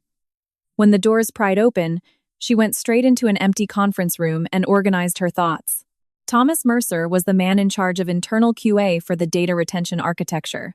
He verified the final phase of Eleanor's designs going live on the servers. The day before he quit, he told Eleanor that a digital signature shouldn't be a tool to prove who you are, but a tracking device to see who acted like you. At the time, she thought it was just paranoia, but now it was a blazing clue. Her personal phone was sealed by the investigation team, so she couldn't call Nathaniel directly. She asked the chairman's receptionist for the audit committee's official intake number and used a lobby landline. The clerk on the other end stated she could not speak directly to Nathaniel until the conflict of interest review concluded. Eleanor hurriedly wrote down Thomas Mercer's name, his resignation date, and the existence of the QA handover logs in an affidavit and submitted it marked urgent. However, the clerk could not guarantee when the document would actually reach the investigation team. She had found the most critical clue, yet she was entirely exiled from the investigation she had started. At the exact same time, the emergency board of directors voted to indefinitely suspend Eleanor's succession verification process. The reasoning was that her digital signature remained on an unverified report, and AX01's covert operations had sparked massive conflict of interest controversies. Harrison opposed it until the final vote, but he chose not to override the decision using his family trust veto power. The moment the chairman ignored the board's judgment for the sake of his granddaughter, every suspicion surrounding Eleanor would solidify into perceived fact. The resolution was immediately disclosed to the public, and Zenith Corporation's stock price shook violently at the opening bell. The media began treating the entire scandal less like an assault and corporate embezzlement case, and more like a vicious power war between an heiress and her husband. One side claimed Eleanor hid her identity to collect her husband's flaws, while the other interpreted it as Julian falling into a trap because he was ignorant of his wife's elite background. Whether Chloe Harper deliberately spilled her drink or not was increasingly pushed to the bottom of the articles. More sensational than a 3-second gap in video was the dramatic image of the hidden heiress and the CEO brought to his knees. The truth still existed, but it was being pushed into the most disadvantageous corner of public interest. Eleanor received notice that even her HQ building access was temporarily suspended. The executive office bearing her name was sealed before she could ever use it, and her AX01 account was locked down until the audit concluded. As she walked out of the building, she felt the stares of the employees. Some of the people who had bowed so deeply just days ago now turned their heads away. Eleanor did not think of that shift as cowardly. It was entirely natural to fear someone whose true identity you couldn't grasp. The real issue was who was weaponizing that fear. Returning to her Upper East Side penthouse, Eleanor inspected the ransacked study again. The forensic team had already collected fingerprints and access logs and cleared out, but her laptop and notebooks were still missing. As she picked up a tiny shard of glass from under the desk, she noticed something odd. The windows weren't broken, and the decorative ornaments were untouched, but thin glass shards were found only inside the drawer. It was part of the tamper-evident holographic seal attached to the laptop's security port. Someone had meticulously peeled off the seal to access the internal drive before stealing the device. Eleanor checked the charging cables left against the study wall. The thief had taken the power adapter, but they left behind a short cable connected to a secondary hardware token. That token's sole purpose was to ping an external atomic clock server every time a digital signature was executed. Even if a user manipulated the file creation date on the machine, the discrepancy with the external atomic clock would be logged. Eleanor couldn't open the device herself, but she confirmed the status light was still blinking green. Even though the laptop was gone, the true timestamp of the forgery might still be alive inside her apartment. She immediately began rewriting her affidavit to pass to Nathaniel. However, just as she was putting the paper into an envelope, she heard the front door keypad beeping. Julian was punching in the passcode he had used throughout their marriage. Because his access rights hadn't been legally revoked yet, the door unlocked. He walked in without a tie, carrying a small weekend duffel bag. Eleanor blocked his path in the foyer and said, "You should have called before walking into this house." Julian looked exhausted and replied, "I came to get my clothes. And to have one last conversation with you." Julian glanced at the mess in the study and frowned, acting as if he had nothing to do with it. When Eleanor asked about the laptop, he firmly denied it. "If I took it, I wouldn't have walked right back in here." Eleanor tried to find a trace of a lie in his face. but Julian was a man who had long mastered hiding his emotions through years of corporate negotiations. He sat on the living room sofa and placed a prepared document on the coffee table. It's a settlement agreement regarding halting the audit and handling the press. If you stop expanding the investigation, I will issue a public apology and voluntarily step down from the CEO position. Eleanor didn't even open the document. And what do you want in return? Julian paused before speaking. No criminal charges. We handle the contract issues internally as corporate disciplinary actions. And you acknowledge that Chloe Harper acted entirely alone in manipulating the expenses. Listening to his demands, Eleanor realized that Julian still viewed Chloe as a disposable part. Even after his own signature and bank records were exposed, he was trying to shift the blame onto someone else. Do you really believe Chloe did everything by herself? Julian averted his eyes and replied, At the very least, we can frame it that way. For the first time, Eleanor picked up the settlement. Inside was a clause stating Julian Barrett would issue a public apology and pay Eleanor emotional damages. However, there was zero clear language regarding accountability for the corporate embezzlement or the destruction of evidence. He wanted to acknowledge the wounds of their marriage with money and an apology, while completely erasing his corporate crimes. Eleanor set the paper back down and said, I have no intention of calculating how much the pain you caused me is worth in dollars. I only want to know one thing. If I wasn't the chairman's granddaughter, would you have come here to apologize? Julian's lips tightened. He couldn't answer immediately. The headlights of passing cars swept across the living room ceiling, and a long, heavy silence settled between them. Eleanor didn't wait for him to choose his words. The answer was already clear. Julian finally spoke in a low voice. If you were an ordinary person, the situation would have been different. He wasn't trying to be honest. He was just rationalizing his actions. Eleanor nodded. Right. You hit me because you believed I was weak, and you only apologized after you realized I was strong. Our marriage ended in that exact moment. Julian suddenly stood up and leaned over the table. Don't make 3 years a complete lie just because I made one mistake. Eleanor did not back down. It wasn't one mistake. You didn't verify the truth, you chose a lie, you tried to erase the evidence, and you silenced the employees. Every single choice you made pointed in one exact direction. Julian asked with eyes full of rage. And what? You were perfect? You suspected me, drafted reports behind my back, hid your identity, and plotted your succession announcement with the chairman. Eleanor did not deny his accusations. No, I was wrong too. Eleanor's response made Julian pause.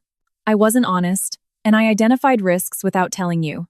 I delayed whistleblowing because I hoped you would change, and in the meantime, innocent people got hurt. I will take responsibility for that. But my mistakes do not erase your crimes. Julian might have hoped she would make excuses or cry. Then he could have branded her a hypocrite or manipulated her emotions.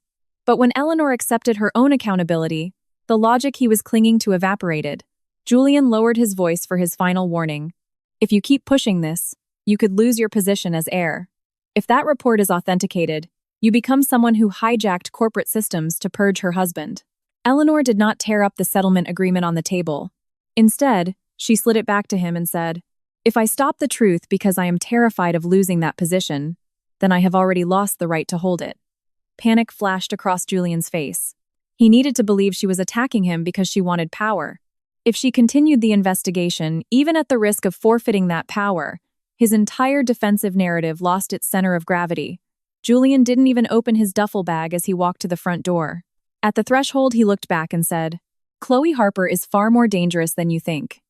If I go down alone, there's no telling who she'll hand her files to. Eleanor asked back. Are you terrified she's going to tell a lie? Or are you terrified she's going to tell the truth? Julian didn't answer and opened the door. A moment later, the sound of the elevator chiming echoed down the hall. Eleanor stared at the table where the settlement had been, then slowly pulled off her wedding band and placed it in a small box. That same night, Chloe Harper sat with her personal lawyer in a cramped office outside the city. She spread out printed text messages and audio logs of work directives she had shared with Julian.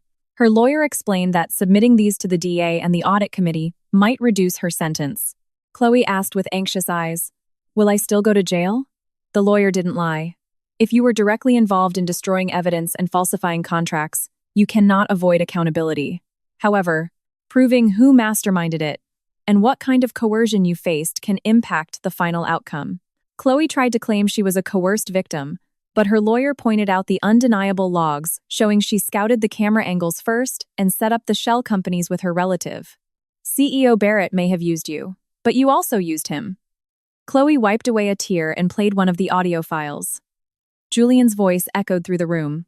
He was saying that if they made Eleanor look like a paranoid, jealous wife before the succession announcement, no one would believe her risk assessment reports. But they still needed to verify the recording date and whether it was the original file. The lawyer suggested submitting the file immediately, but Chloe shook her head. Not yet. I need absolute proof that the CEO has abandoned me first, her lawyer said coldly.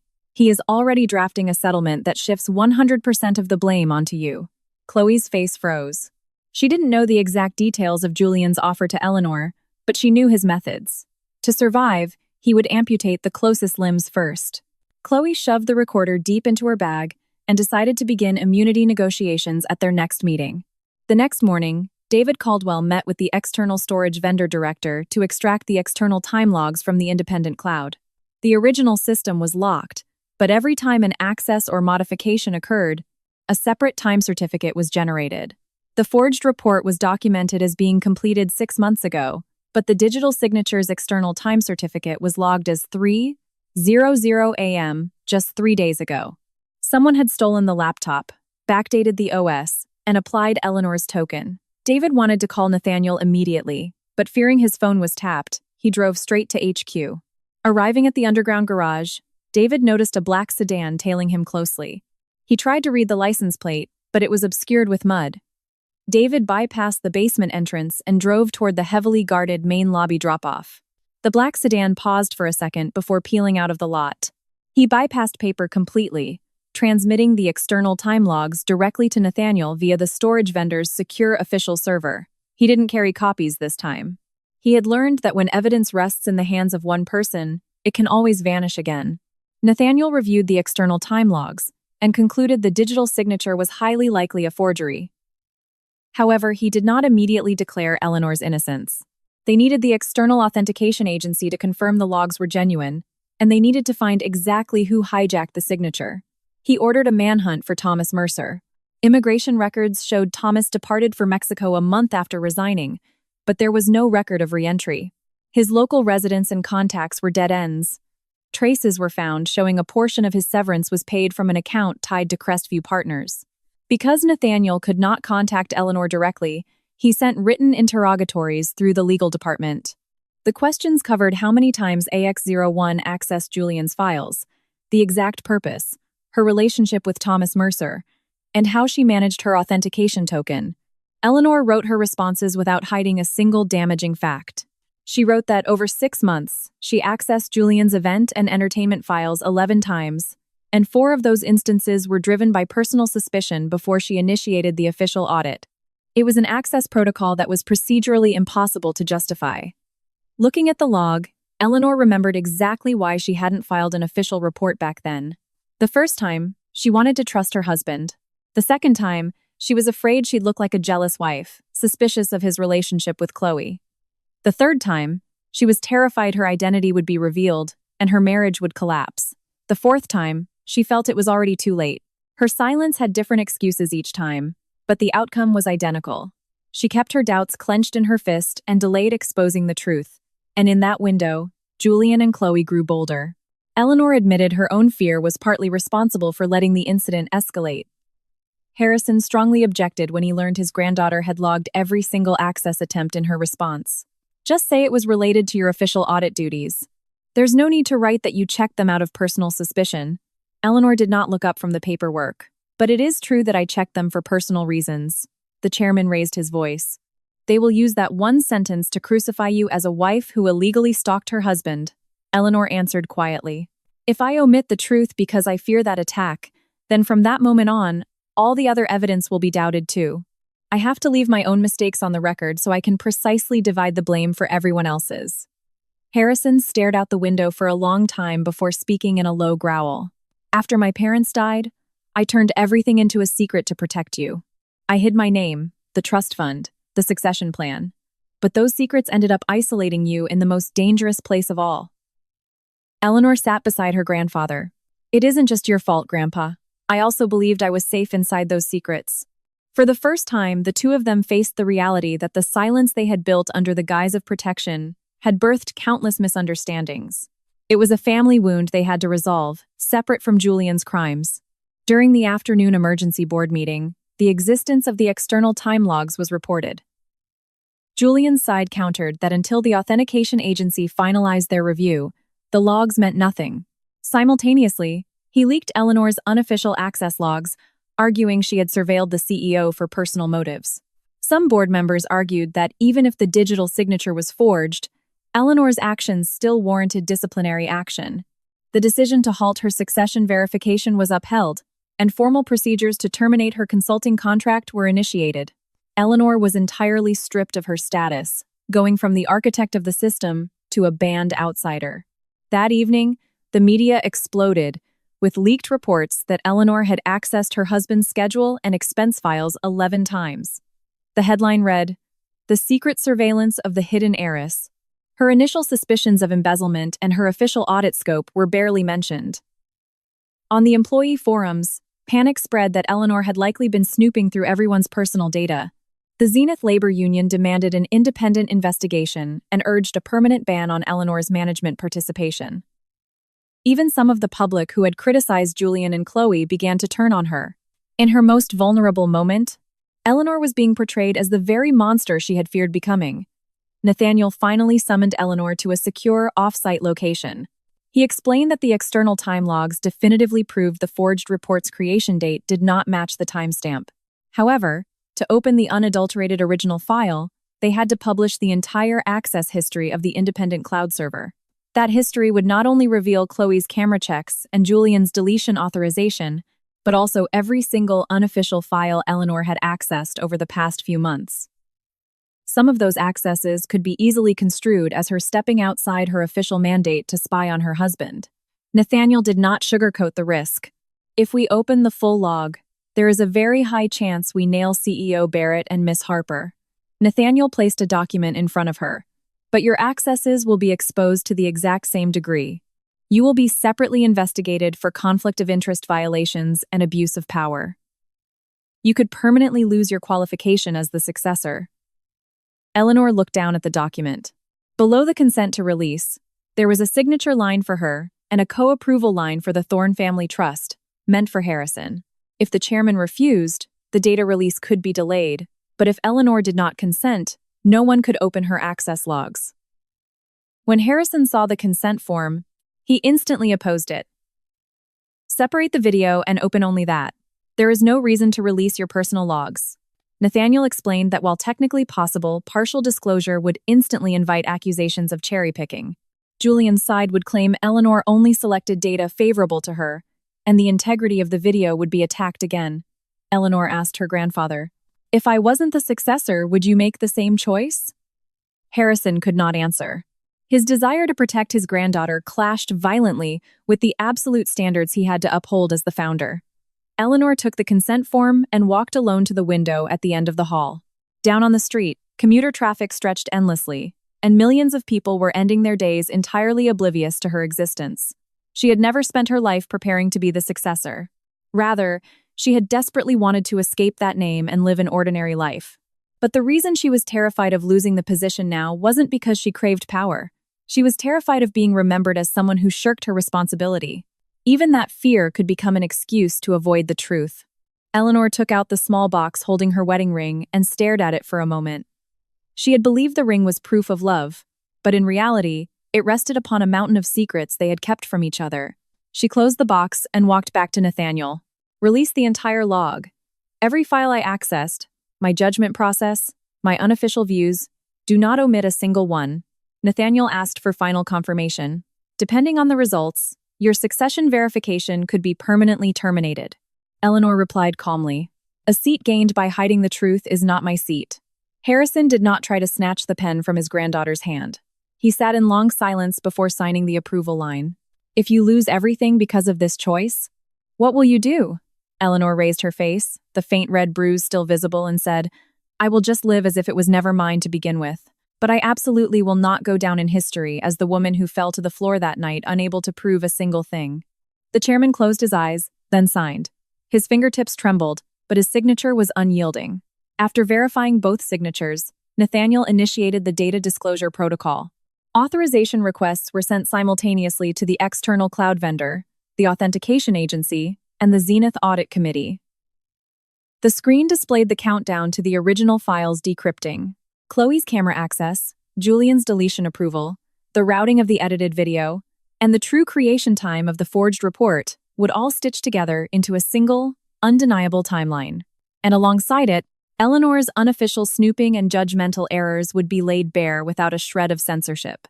It was a mechanism where no one could cherry-pick only what they wanted. When the final confirmation prompt appeared, Eleanor pressed the approve button herself. A warning stating, "This action cannot be undone," flashed in the center of the screen. She did not hesitate. When the data opened, it wouldn't just be her husband's sins etched into the record, but her own cowardice and silence as well. But Eleanor no longer cared to look like the flawless victim. What mattered wasn't proving who was cleaner, but precisely dividing the consequences for the choices each of them had made. The screen went dark, and the restoration of the first original file began. Nathaniel checked the progress bar and said, "Now, no one can stop this." Eleanor nodded. Her reflection in the glass looked exhausted, and the brace was still wrapped around her wrist. In that moment, the title of Successor or CEO's wife meant absolutely nothing. She was standing there solely on the merit of her own choices. As the numbers on the recovery screen ticked upward, the 3 seconds they believed vanished, and every digital fingerprint they thought erased began to slowly emerge from the darkness. The entire log of the independent cloud storage was unsealed at 8:00 a.m. the day after Eleanor signed the consent form. The master folder opened only after the external cloud vendor, the digital signature agency, and the Zenith Audit Committee issued their respective approvals. Nathaniel mandated that no single individual could download the files locally and ordered the entire analytical process to be recorded in real time. The screen displayed the gala footage, communication logs, document revision histories, and account access traces arranged perfectly in chronological order. The 3 missing seconds they believed were gone forever were completely intact within it. A special tribunal was convened in the Grand Conference Room at HQ. Audit committee members, independent directors, external forensic experts, and major shareholder representatives were present, while Julian and Chloe were brought in through separate entrances. Harrison attended as the chairman but declared he would abstain from any voting. Eleanor also sat not as the successor or the founder's granddaughter, but purely as a victim and a subject of the investigation. Video recording equipment was set up in the back, and everyone was informed that their statements and submitted materials could be used in future legal proceedings. No one could walk back their words from this day forward. Nathaniel's first order of business was to display Eleanor's unofficial access logs. The screen showed that over 6 months, she viewed event and entertainment expenses 11 times, and 4 of those instances fell strictly outside the scope of her official audit mandate. Eleanor stood up from her seat and offered no excuses. "I suspected my husband's decisions but delayed filing an official report. I was afraid it would look like personal emotion, and I was terrified my marriage would crumble. Because of my poor judgment, employees who blew the whistle were not properly protected. I ask that you investigate my accountability with the exact same standard." The room's attention settled quietly on her. Julian's lawyer immediately tried to exploit her admission. He argued that since Eleanor had confessed to an abuse of power, the credibility of all system logs was entirely compromised. Nathaniel drew a hard line. Eleanor Thorne's access breaches are a separate matter for disciplinary action and qualification review. However, that fact does not erase someone else deleting footage or forging contracts. Today, we divide the responsibility for each action and judge them separately. Eleanor bowed her head at those words. That was exactly what she wanted. Not to inflate her husband's crimes by hiding her own, but to ensure that no one could use someone else's mistakes as a shield to run away.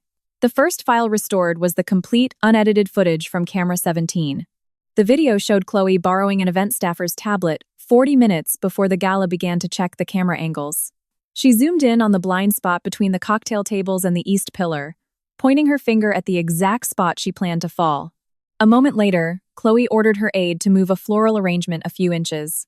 As a result, the press angle partially obscured Eleanor's right hand, making only Chloe's dramatic movements highly visible. It was far too specific to be dismissed as an accidental coincidence. The footage seamlessly transitioned into the moment of the incident. Chloe made a phone call to Julian and spoke in a low voice. "When I give the signal, come over immediately. We can make it look like your wife is causing another scene." The audio quality was slightly muffled, but voice forensics confirmed the identities and the content. Julian answered briefly, "Don't make it too big. Just enough so I can step in and clean it up." Julian's face turned to stone.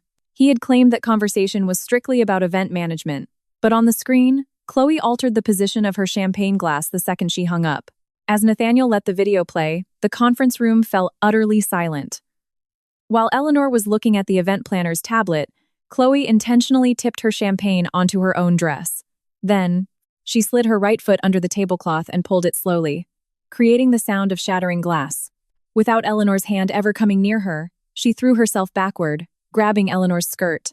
The 3 seconds deleted from the edited leak contained every movement, Chloe tilting her own glass and carefully positioning her footing for the fall. It was not a mistake or a misunderstanding, but a violently calculated performance. Chloe watched the screen, unable to lift her head. Her lawyer requested a brief recess, but Nathaniel stated that unless there was a medical emergency, they would proceed. In a trembling voice, Chloe claimed she only intended to scare Eleanor, never imagining the CEO would actually strike her. "I just wanted to create a small distraction so she couldn't look at the invoices. I thought the CEO would just come over and diffuse the situation." Eleanor spoke to her directly for the first time. "Are you saying that turning someone into a liar is a distraction, and the physical assault they suffered was just an unforeseen consequence?" Chloe couldn't answer. The second piece of evidence was Julian's movement path. After receiving Chloe's call, he abruptly cut off his conversation with Wall Street investors and headed straight to the scene. Despite the floral arrangements blocking his view of the fall, his very first words upon arriving were demanding to know what Eleanor had done. Nathaniel played a 3D simulation of Julian's line of sight from that night. From his position, he could only see Chloe sitting on the floor and Eleanor standing. It was physically impossible to see who pushed whom. Julian's previous testimony that he witnessed the push was geographically impossible. Julian pivoted his story, claiming he heard Chloe scream and made a split-second misjudgment. He argued he couldn't remember the exact phone call, and because Chloe had repeatedly complained about being bullied by Eleanor, his instincts just kicked in to protect her. Eleanor stared at his face without saying a word. Nathaniel pointed out that Julian's story had mutated 3 times during the investigation. First, he claimed he saw it. Then he claimed he judged based on the crowd's reaction. Now he claimed he acted purely on protective instinct based on past grievances. The excuses changed, but the desperate attempt to dodge accountability remained the same. Next, the raw audio captured by the ballroom's soundboard was played. After Eleanor demanded they check the cameras, Julian said, "Do you have any idea what night this is?" Eleanor asked to verify the facts again, and Julian definitively labeled her as a jealous wife ruining the gala. The video clearly showed Eleanor standing perfectly still when Julian raised his hand and slapped her across the face. He then shielded Chloe behind his back and ordered security to drag his wife out. No one could ever spin that action as a spontaneous scuffle or accidental contact. Harrison watched the screen, his hands gripping his cane white-knuckled, but he refrained from speaking. He knew his fury must not substitute the tribunal's official verdict. Eleanor did not look away, as she watched her own cheek snap to the side. The bruise had already faded, but the visceral sensation of being treated not as a human being, but as an obstacle by her own husband, remained vivid. She saw her on-screen self look up at the camera the moment she hit the floor. From that exact second, she ceased to be a beloved wife and became a witness who had to defend the truth. The third piece of evidence mapped the video deletion process. Immediately after the incident, Chloe sent Kevin Brooks a text. "Handle 17 first." Kevin initiated the deletion on the local server, but lacked final clearance, triggering a request for CEO-level authorization. The approval command originated from the computer on Chloe's desk, but the biometric authentication ping was generated from Julian's personal smartphone. Geolocation data placed Julian's phone squarely inside the breast pocket of his tuxedo at that exact second. This wasn't a case of someone typing a password from afar. It required Julian to physically bypass the biometric scanner. Julian's lawyer suggested Chloe might have used Julian's fingerprint while he was distracted. The CISO dismantled that theory, explaining that post-biometric authentication, The system required a randomized 6-digit PIN that only appeared on Julian's screen. Furthermore, seconds after the authentication cleared, a message was sent from Julian's personal messenger to Chloe. "Make sure you wipe the original clean." The message was swiftly deleted, but the transmission logs and metadata were perfectly preserved in the independent cloud. Julian stared at the screen for a long time before claiming his phone had been hacked. Nathaniel stated they had already ruled out a cyber breach. There were no traces of external intrusion or mirroring malware on Julian's device. The gyroscopic sensor data recorded during the PIN entry perfectly matched Julian's standard physical typing cadence. Julian then changed his story again, suggesting he might have handed his phone to Chloe in the chaos. Chloe's lawyer immediately objected. "Miss, Harper was busy trying to cover her ruined dress in front of the press. The CEO's phone remained in his pocket the entire time. The two were no longer on the same side." Chloe stood up from her chair and glared at Julian. "You ordered me to delete it. You told me to wipe the video before this blew up into a massive scandal." Julian shouted back at her. "This is all because you lied to me and used me. I knew nothing about your shell companies or your camera stunts." Chloe let out a breath that sounded like a mocking laugh. "You didn't know? When I warned you your wife was digging into the event invoices, you were the one who told me to block her at all costs." Nathaniel ordered them to cease their emotional outbursts, but the last thread of their alliance had already snapped.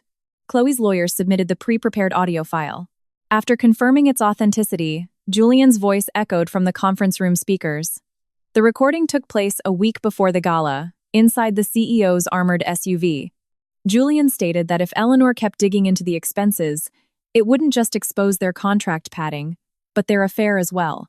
He deduced that if they framed Eleanor as a hysterically jealous wife at the anniversary gala, any future whistleblowing from her would be dismissed as a bitter, personal vendetta. Chloe suggested staging a fall, and Julian explicitly instructed her to make sure there was no physical evidence of an actual attack. In the recording, Chloe asked when he was finally going to divorce Eleanor once the dust settled. Julian promised that as soon as the succession structure stabilized and his long-term contract was inked, he would end the marriage.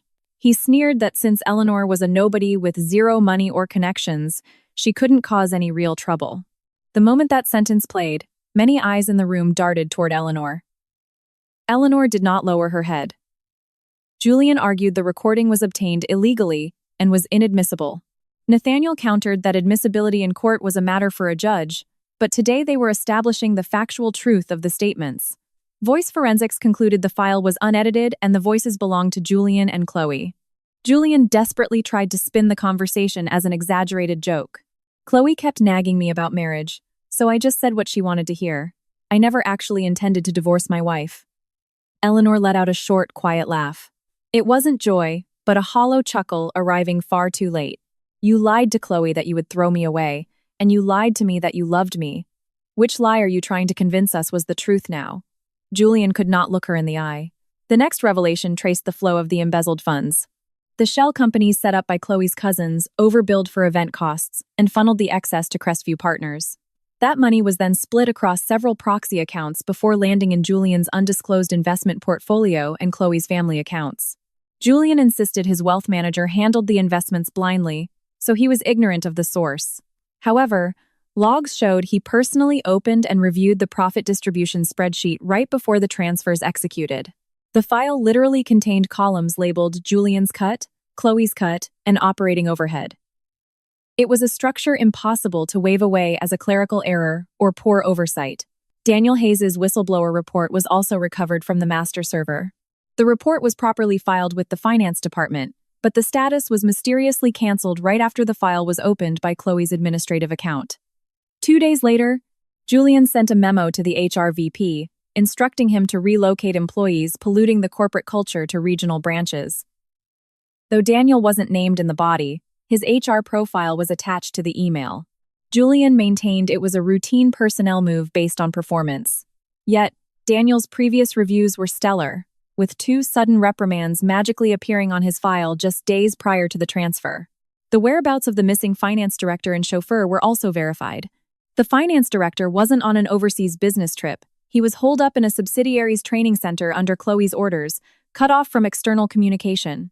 The chauffeur admitted he was pressured to resign by Julian's personal secretary and received a massive cash payout. Both men testified via video link that on the day Daniel flagged the invoice issues, Julian had indeed commented on the nice air in Bismarck. While not a direct threat on paper, every employee understood it as a promise of exile. Julian had managed organizational terror through atmosphere rather than paper trails. Nathaniel summarized that the embezzlement and the video deletion were intrinsically linked events. When Eleanor started digging into the expenses, the risk of exposing the slush funds spiked, prompting Julian and Chloe to preemptively paint her as a deranged, paranoid wife. The lie in the ballroom wasn't merely to cover up an affair. It was a premeditated psychological strike to destroy the credibility of any future whistleblowing. Julian's slap might not have been in the original script, but he actively rejected the chance to verify the truth and chose to execute their plan in the most brutal way possible. Finally, the modification logs for the forged leadership report were projected. Eleanor's original draft contained warnings about Julian's risk tolerance and compliance failures, but absolutely no recommendation for his termination. The stolen laptop was used to reopen the document at dawn the morning after the gala. The user manually backdated the system clock and cloned Eleanor's digital signature, but the external atomic clock server stamped the true creation time. During the breach, an emergency master override key created by Thomas Mercer during the system's beta phase was deployed. Nathaniel displayed the results of the manhunt for Thomas Mercer. Thomas hadn't stayed in Mexico. He had quietly slipped back across the border and was bouncing between cheap motels under an alias. He admitted he fled with a payout from Crestview Partners but claimed he couldn't come back out of fear of Julian's retaliation. The audit team didn't take his word blindly. They cross-referenced his emails, bank accounts, and phone records. The logs showed Thomas and Chloe had communicated multiple times right around the gala. A live video feed of Thomas Mercer appeared on the massive screen. He was seated with an external attorney and an investigator. His face was gaunt, his voice trembling. Thomas admitted he never destroyed the master override key during the system rollout, keeping it as personal leverage. Right before he quit, Chloe offered him a lucrative overseas consulting gig if he handed over the key. He took the money and gave her the code, but later realized he was being set up as the fall guy for massive corporate fraud. Terrified, he ran, and his cowardice enabled the larger crime. Thomas stated that Chloe contacted him the day after the gala. She demanded he walk her through the master override protocols because she couldn't get Eleanor's signature to authenticate on the stolen laptop. Thomas initially refused, but Julian got on the line and threatened to pin a massive data breach on him if he didn't cooperate. Ultimately, he provided the step-by-step bypass instructions remotely. After that, the termination clause was injected into Eleanor's draft, and her signature was forged. Thomas stated he knew he was a clear accomplice and would accept full responsibility. Julian attacked Thomas's testimony, shouting that the man was lying to secure a plea deal. However, phone records displayed 3 consecutive calls from Julian's personal cell to Thomas's burner phone.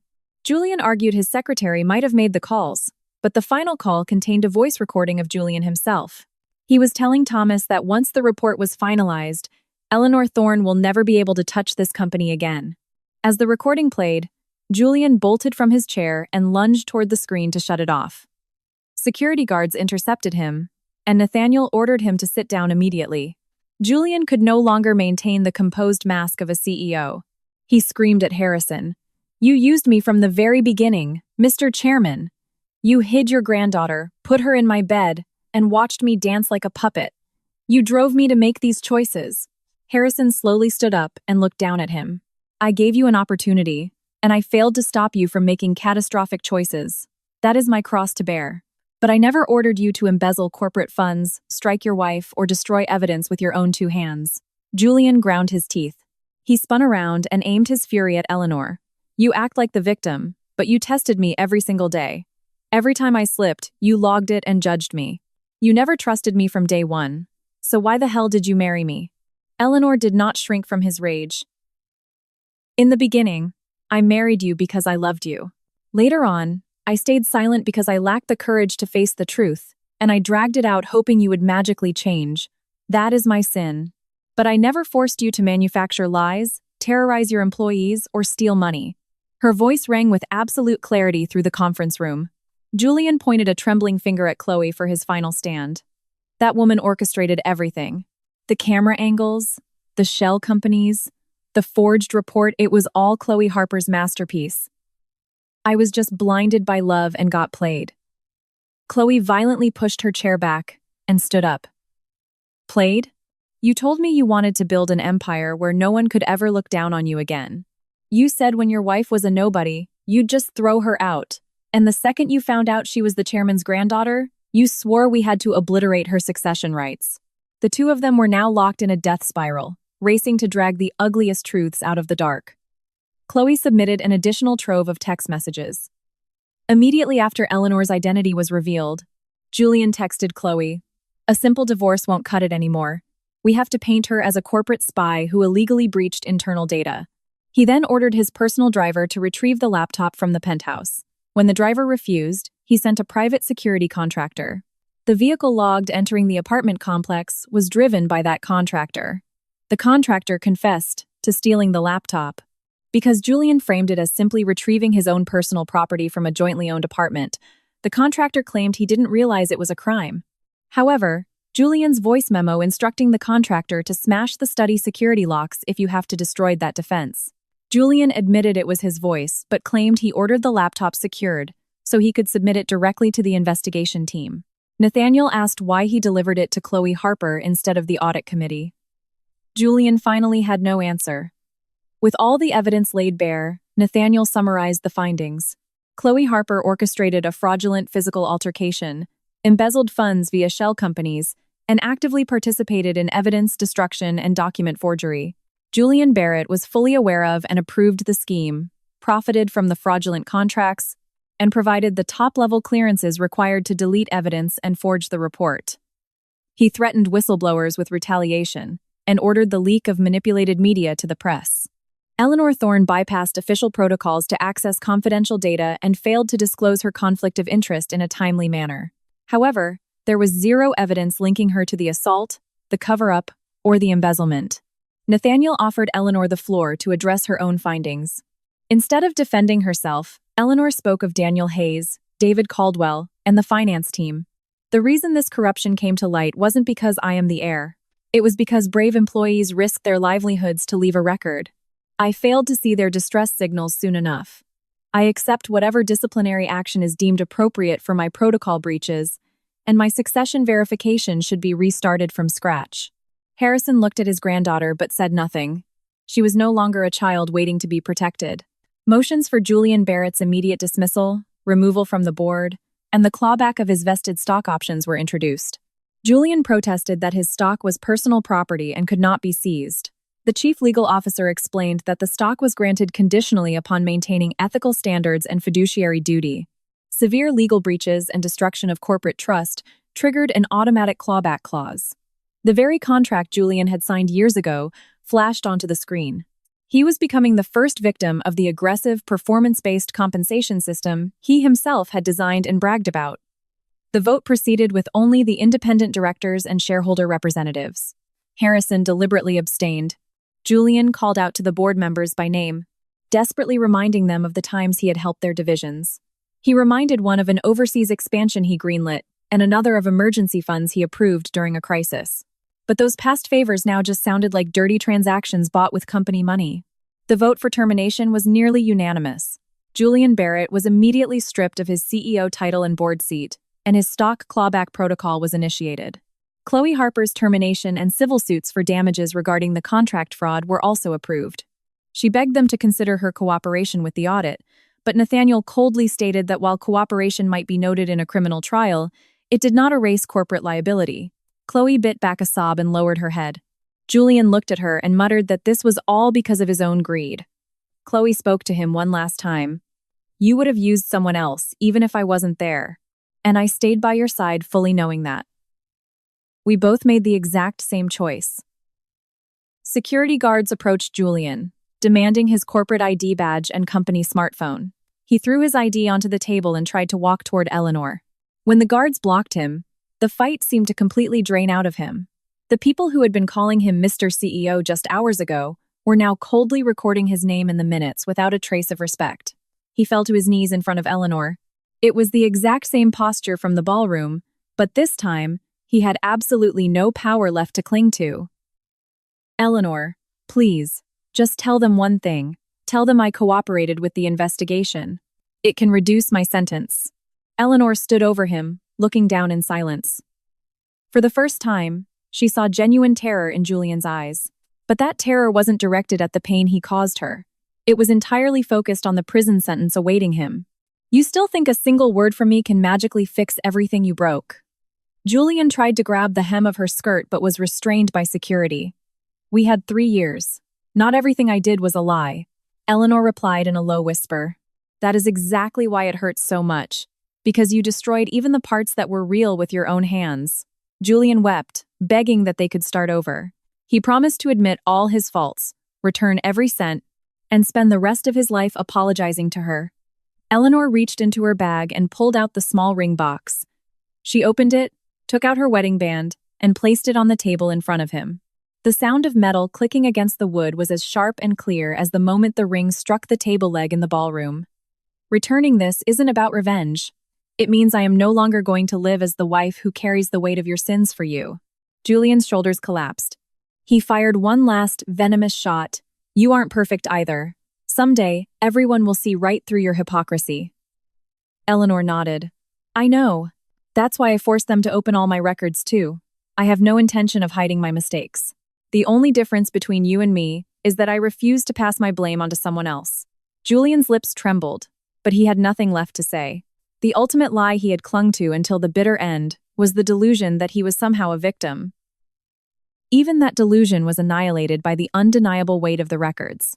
Security guards escorted Julian and Chloe out through separate doors.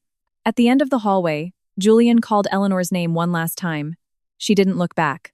She walked up to Nathaniel and asked about the next steps.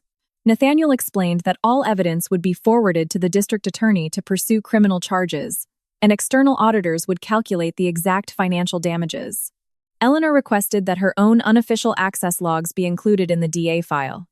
If my breaches are handled quietly internally, they will call it special treatment again. Nathaniel looked at her for a long moment before agreeing to process it exactly as she asked. After the room emptied, Harrison approached his granddaughter. He didn't offer empty praise or tell her she did a good job. It was a night too heavy to be resolved with such words. We will restart the succession verification process, the chairman said. Eleanor immediately replied. No. We need to audit the conglomerate's entire internal control architecture first. If we just purge Julian and call it a day, the exact same thing will happen in a different division tomorrow. She demanded the scope of the audit be expanded to include executives appointed by family members, contracts with relatives' companies, and informal backdoor deals. That scope would inevitably put Harrison's own past decisions under the microscope. Harrison understood that his granddaughter's blade could soon point at him. He stood in silence for a long time before asking, Are you planning to turn this entire family into your enemy before you even take the throne? Eleanor shook her head. I'm not trying to make enemies. I'm trying to ensure that no one is exempt from an audit just because they share our blood. If you truly consider me your successor, the first thing I must do isn't secure my throne, but strip away the unchecked power surrounding it. Gripping his cane, Harrison slowly nodded his head. Eleanor took one last look around the grand conference room. The massive screen still displayed a frozen frame from the restored video. It was the moment Chloe tilted her glass, and Julian watched from afar. A few days ago, that image was the agonizing proof that her marriage was a lie. Now it was ground zero for dismantling the fear and silence a massive corporation had ignored for years. Eleanor turned off the screen and said to Nathaniel, Starting tomorrow, initiate a special audit across all subsidiaries. We will start with the contracts tied to my own family. Nathaniel reminded her that she still lacked official executive authority. Eleanor accepted his words gracefully. Do not process it as my direct order. Let the audit committee make the independent judgment and get shareholder approval if necessary. I will submit the data and submit to the investigation myself. Harrison watched her choice and said nothing.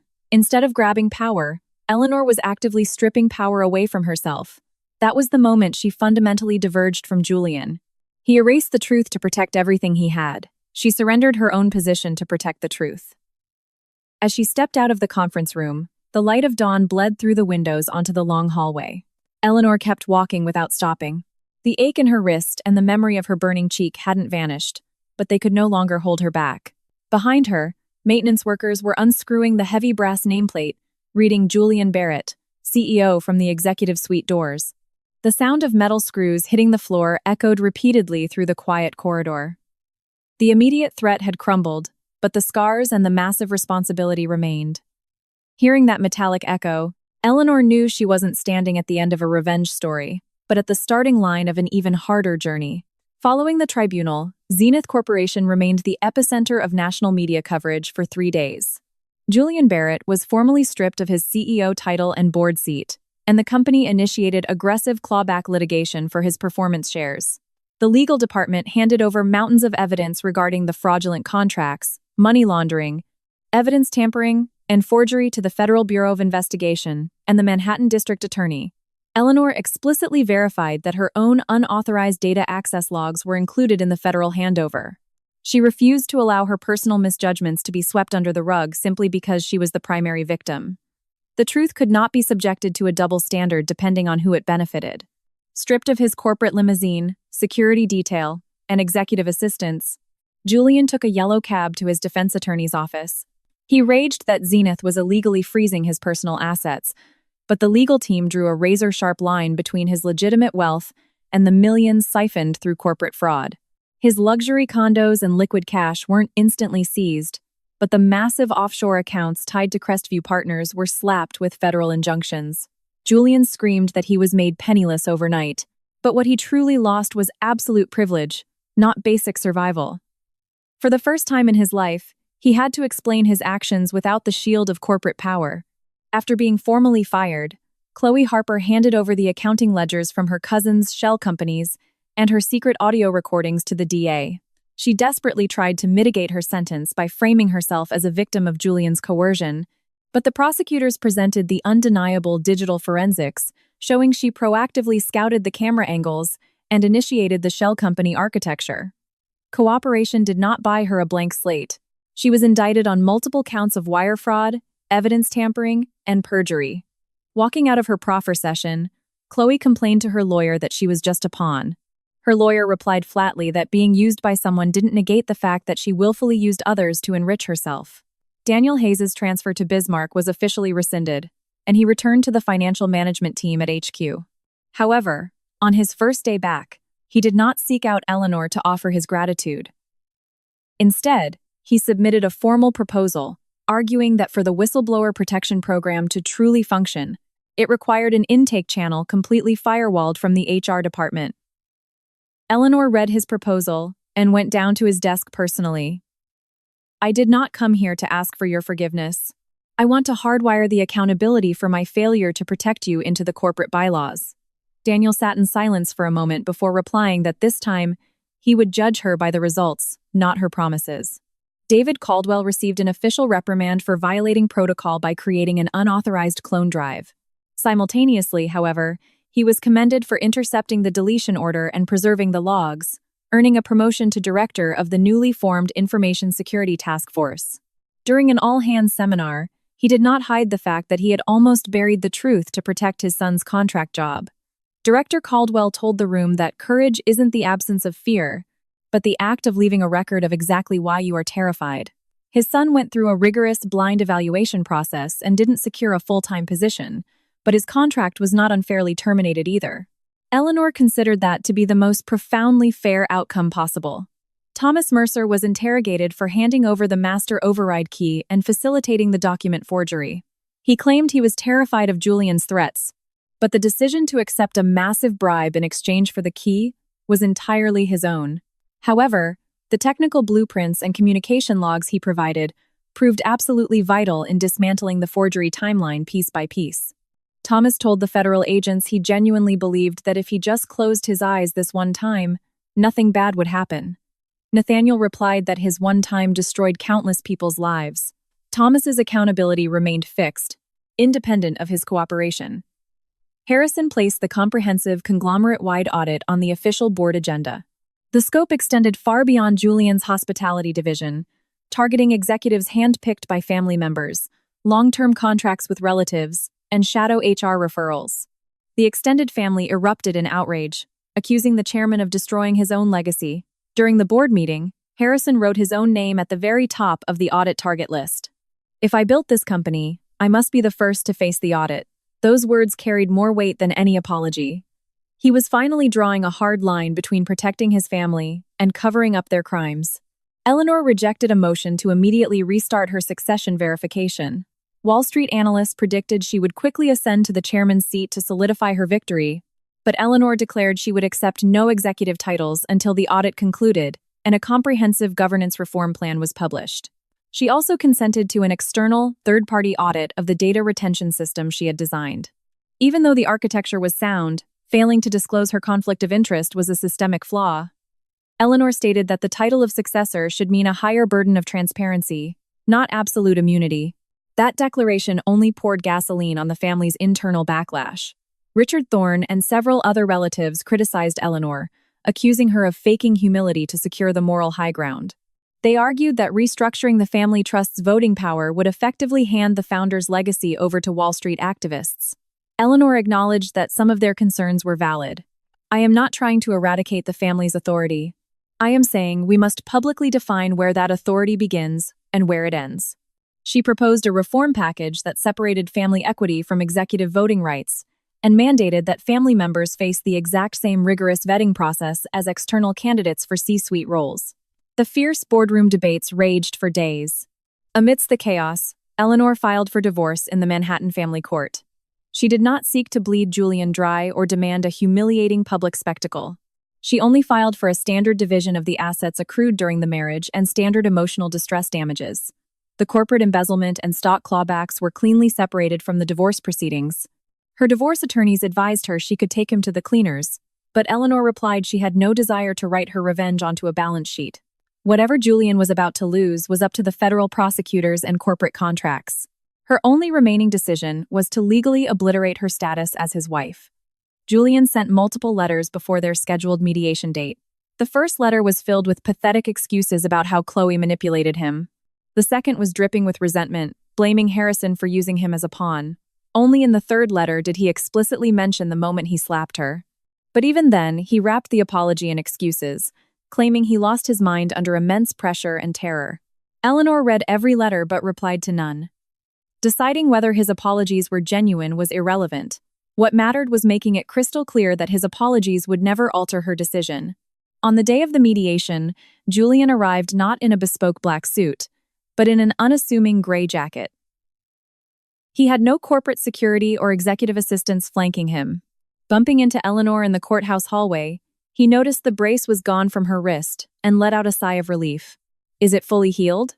It sounded like the mundane conversation of a normal married couple, but Eleanor merely gave a tight, silent nod. Inside the mediation room, Julian stated he did not consent to the divorce. He argued the marriage wasn't irreparably broken and pleaded for couples counseling and therapy. Eleanor listened to him with a face devoid of emotion. When the mediator asked for her final stance on reconciliation, Eleanor answered with absolute clarity. "I am not divorcing him to punish him. I am divorcing him so I never have to entrust my safety and my dignity to his regrets ever again." Julian closed his eyes, then looked at her. He offered to forfeit every single title and asset he gained at Zenith and start from absolute zero if she would just stay. Eleanor didn't even bother pointing out that those titles and assets were already gone due to his own crimes. "You starting over is your life. I will not return to the past as a reward for your new beginning." A heavy silence swallowed the mediation room. A few days later, Julian formally consented to the divorce. He requested one final face-to-face meeting, which Eleanor accepted on the condition that her legal counsel was present. They met in a private dining room of a small, quiet restaurant they used to frequent when house hunting early in their marriage. Julian sat by the window and had already ordered the specific herbal tea Eleanor used to love. She didn't touch the cup. Julian struggled for a long time to find the words he had prepared. Finally, he confessed that his greatest terror wasn't losing the CEO title or facing federal prison. He said his greatest terror was realizing, far too late, that Eleanor had genuinely, truly loved him. Eleanor did not deny it. "I did love you. That's why I hid my identity. Why I waited even when I saw the red flags. And why I ignored the warning signs from everyone else. But the fact that my love was real doesn't make your crimes any smaller." Tears welled in Julian's eyes. He asked if, since she once loved him, she might someday find it in her heart to forgive him. Eleanor quietly shook her head. "Forgiveness might be a way for me to let go of my own hatred. But it is not permission for us to live together again. Do not confuse the two. Julian swore he was going to change. He said he would admit to everything regarding Chloe and the intoxicating cowardice of power. For the first time, Eleanor saw him own his responsibility to the very last punctuation mark without blaming someone else. But it was agonizingly clear that this change arrived entirely too late. If you truly change, that is a good thing for you. But if you can only change if I stay by your side, then it isn't real change. Julian buried his face in his hands. Eleanor watched the man she once loved break down, but she made no move to save him. It wasn't cruelty, it was a boundary. The two finally signed the divorce settlement. The Upper East Side penthouse they bought together would be sold and split equitably, while the assets and trust funds Eleanor held before the marriage were entirely excluded. Julian's criminal liabilities and the corporate civil suits remained on a separate, devastating track. Eleanor organized her papers and stood up. For the last time, Julian didn't beg her to call his name. Instead, he spoke in a low, broken voice. I will never, for the rest of my life, forget that you were the one person who truly believed in me. Eleanor paused for a second before replying. Do not demand that kind of belief from someone else ever again. Become a man who can carry your own weight first. Stepping out of the restaurant, Eleanor walked along the Hudson River path for a while. In the distance, the lights of the Waldorf Astoria, where the gala took place, flickered. But the memories of that night no longer dragged her down into the abyss. She didn't exhaust herself trying not to hate Julian. She accepted that hatred, just like love, simply needed time to burn out. What mattered was ensuring those emotions never dictated her next choices. Eleanor checked the final divorce timeline texted by her lawyer, then turned off her phone screen. Even in the freezing river breeze, her steps did not falter. 3 months later, the interim results of the conglomerate-wide audit were published. Zenith Corporation identified 12 contracts with relatives companies that bypassed conflict of interest protocols, immediately terminating 5 of them. 2 massive long-term supply contracts previously mandated directly by Harrison were flagged for review due to a lack of competitive bidding. The chairman stood before the press and declared that even the founder's decisions were not immune to scrutiny. While some relatives raged that he was sacrificing the entire bloodline just to elevate his granddaughter, the major shareholders and the public overwhelmingly praised the unprecedented transparency of publishing the family's internal dealings. In a private meeting, Harrison finally offered his granddaughter the apology he had delayed for so long. I thought I was protecting you. But the truth is, I was terrified of choices I couldn't control. So I hid my name, handed Julian power, and watched from the shadows to see how far your marriage would go. Eleanor did not accept her grandfather's apology easily. Can you honestly look me in the eye and say you didn't test me? Harrison bowed his head. I cannot. I turned your life into a component of the succession test. That is the greatest sin I committed under the guise of love. Eleanor remained silent for a long time. After losing her parents as a child, her grandfather was the only person who shielded her. Yet his shield was always a cage with predetermined exits. I don't want to hate you, Grandpa, but I will never let you make decisions for my life ever again. Harrison accepted her terms unconditionally. He amended the succession clauses in the Thorne family trust, stipulating that Eleanor could refuse the management mantle entirely if she wished, and if she did take an executive role, she must be vetted by an independent board committee just like anyone else. It was the first tectonic shift placing choice above bloodline. The corporate governance reform package was finalized after 4 grueling months. The roles of chairman and CEO were strictly separated, and the heads of major subsidiaries could only be appointed through an independent nomination committee. Family members were legally required to publicly disclose their resumes and conflicts of interest, and the Whistleblower Protection Division was moved out of HR and placed directly under the Audit Committee.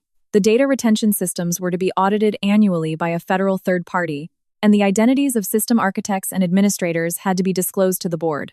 Eleanor personally rectified not only the brilliant mechanics of her system, but its dangerous secrecy as well. It wasn't a repudiation of her past. It was how she took responsibility for it. The criminal trials for Chloe Harper and Julian Barrett commenced in federal court.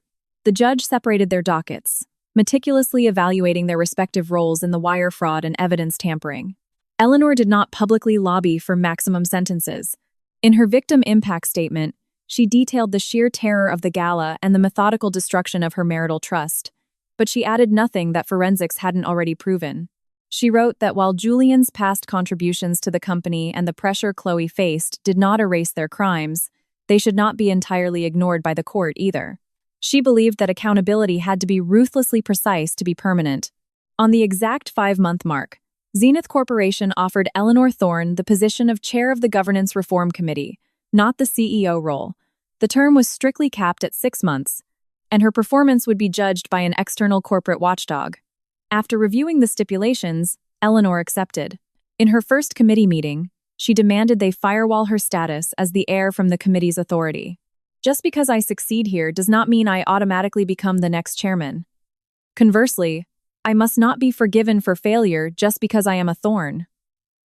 Listening to her declaration, the employees finally stopped seeing her as the shadowy heiress and started seeing her as a transparent, accountable leader. Daniel Hayes participated in the first beta test of the new whistleblower intake system. He personally verified that anonymous reports were strictly isolated from HR databases, while David Caldwell presented the new protocols for decentralizing access logs across multiple external agencies. In the past, these two men didn't know each other, but they had suffered the exact same terror within the exact same architecture of silence. As the meeting concluded, Eleanor thanked them but refused to call them heroes. She stated that the moment an organization requires extraordinary personal courage from its people, the system has already failed. People needed to be able to speak the truth without having to be exceptionally brave. When her 6-month term ended, the external watchdog agency announced that the vast majority of her reform initiatives were implemented flawlessly. However, they pointed out that the liquidation of nepotistic subsidiaries was moving too slowly, and the reduction of the family trust's voting power wasn't aggressive enough. Eleanor didn't cherry-pick the glowing reviews for the press release. She published the critical failures to every employee and drafted a strict remediation roadmap for the next committee chair.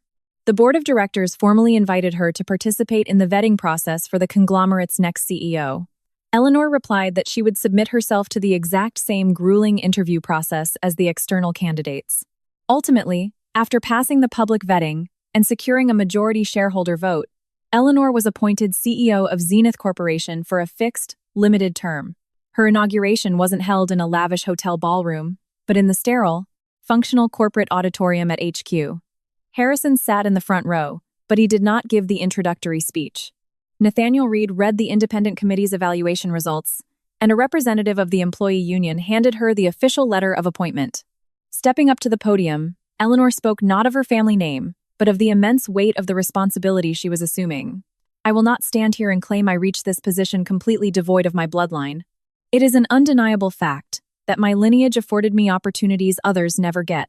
Because of that, I will subject myself to a far more brutal standard of transparency, and I will accept criteria that make it far easier for me to be removed from this seat than anyone else. A long, thunderous applause filled the auditorium. The grand ballroom at the Waldorf Astoria, where the anniversary gala took place, was eventually renovated into the Zenith Corporate Ethics and Compliance Center. Portions of the massive oil portraits of the founders that used to line the walls were replaced with plaques detailing major internal whistleblowing cases and institutional reforms. The marble floor remained exactly as it was, and the specific spot where Eleanor had collapsed was not covered up by rugs or furniture. On opening day, she walked slowly past that exact spot and stepped up to the podium. The press waited with bated breath, expecting her to mention Julian Barrett or Chloe Harper, but Eleanor didn't speak of individuals. She spoke of the systemic machinery that forces people into silence. She refused to turn a scene of personal vengeance into a corporate monument. After the ceremony, Harrison asked his granddaughter if he should have all the photos of her bruised cheek incinerated. Eleanor thought for a moment before asking him to destroy all of them except for one original copy to remain in the permanent audit archives. I'm not trying to forget that night, but I also refuse to let my entire life be defined by the moment I was struck. The chairman nodded. He didn't make the decision for her. For the first time, he simply honored her choice. The two stood by the massive windows of the former ballroom, looking out over the Hudson River. Silence was no longer a toxic secret they had to hide, but a peaceful span of time they could endure together. Eleanor took one last look around the empty hall. There was a time when Julian Barrett believed he could control both his wife and absolute power with a single swing of his hand. Chloe Harper believed that by deleting 3 seconds, the truth would vanish forever. Harrison Thorne believed that hiding his family's name was the only way to keep his granddaughter safe. And Eleanor herself had believed that if she just endured long enough, the man she loved would eventually make the right choice. Every single one of those beliefs was wrong, and only after acknowledging those shattered illusions could a new order begin. Before starting the very first lecture at the Ethics Center, she spoke to the assembled employees. Power is not the ability to force someone to their knees. It is the absolute responsibility to ensure that when the weakest person in the room speaks the truth, their words are never erased. Daniel Hayes and David Caldwell sat in the front row, while newly hired junior employees listened quietly from the back. Eleanor looked down at the marble floor where she had once fallen, then raised her eyes. The people in this room hadn't gathered to see whose granddaughter she was. They had gathered to see what standard she would choose to live by. As Eleanor walked out of the grand hall that day, she wasn't wearing a wedding band, nor was she clutching the family trust documents. She only carried her official letter of appointment in a thin manila folder. As the glass doors slid open, the sharp breeze off the Hudson River brushed against her face. The scars hadn't magically vanished, but they no longer dictated the direction she walked. The woman who had once been struck to the floor in front of hundreds of people ultimately chose not to strike anyone down using those same brutal methods. Instead, she stood back up and built a zenith where no one would ever have to fall to their knees in the face of absolute power again.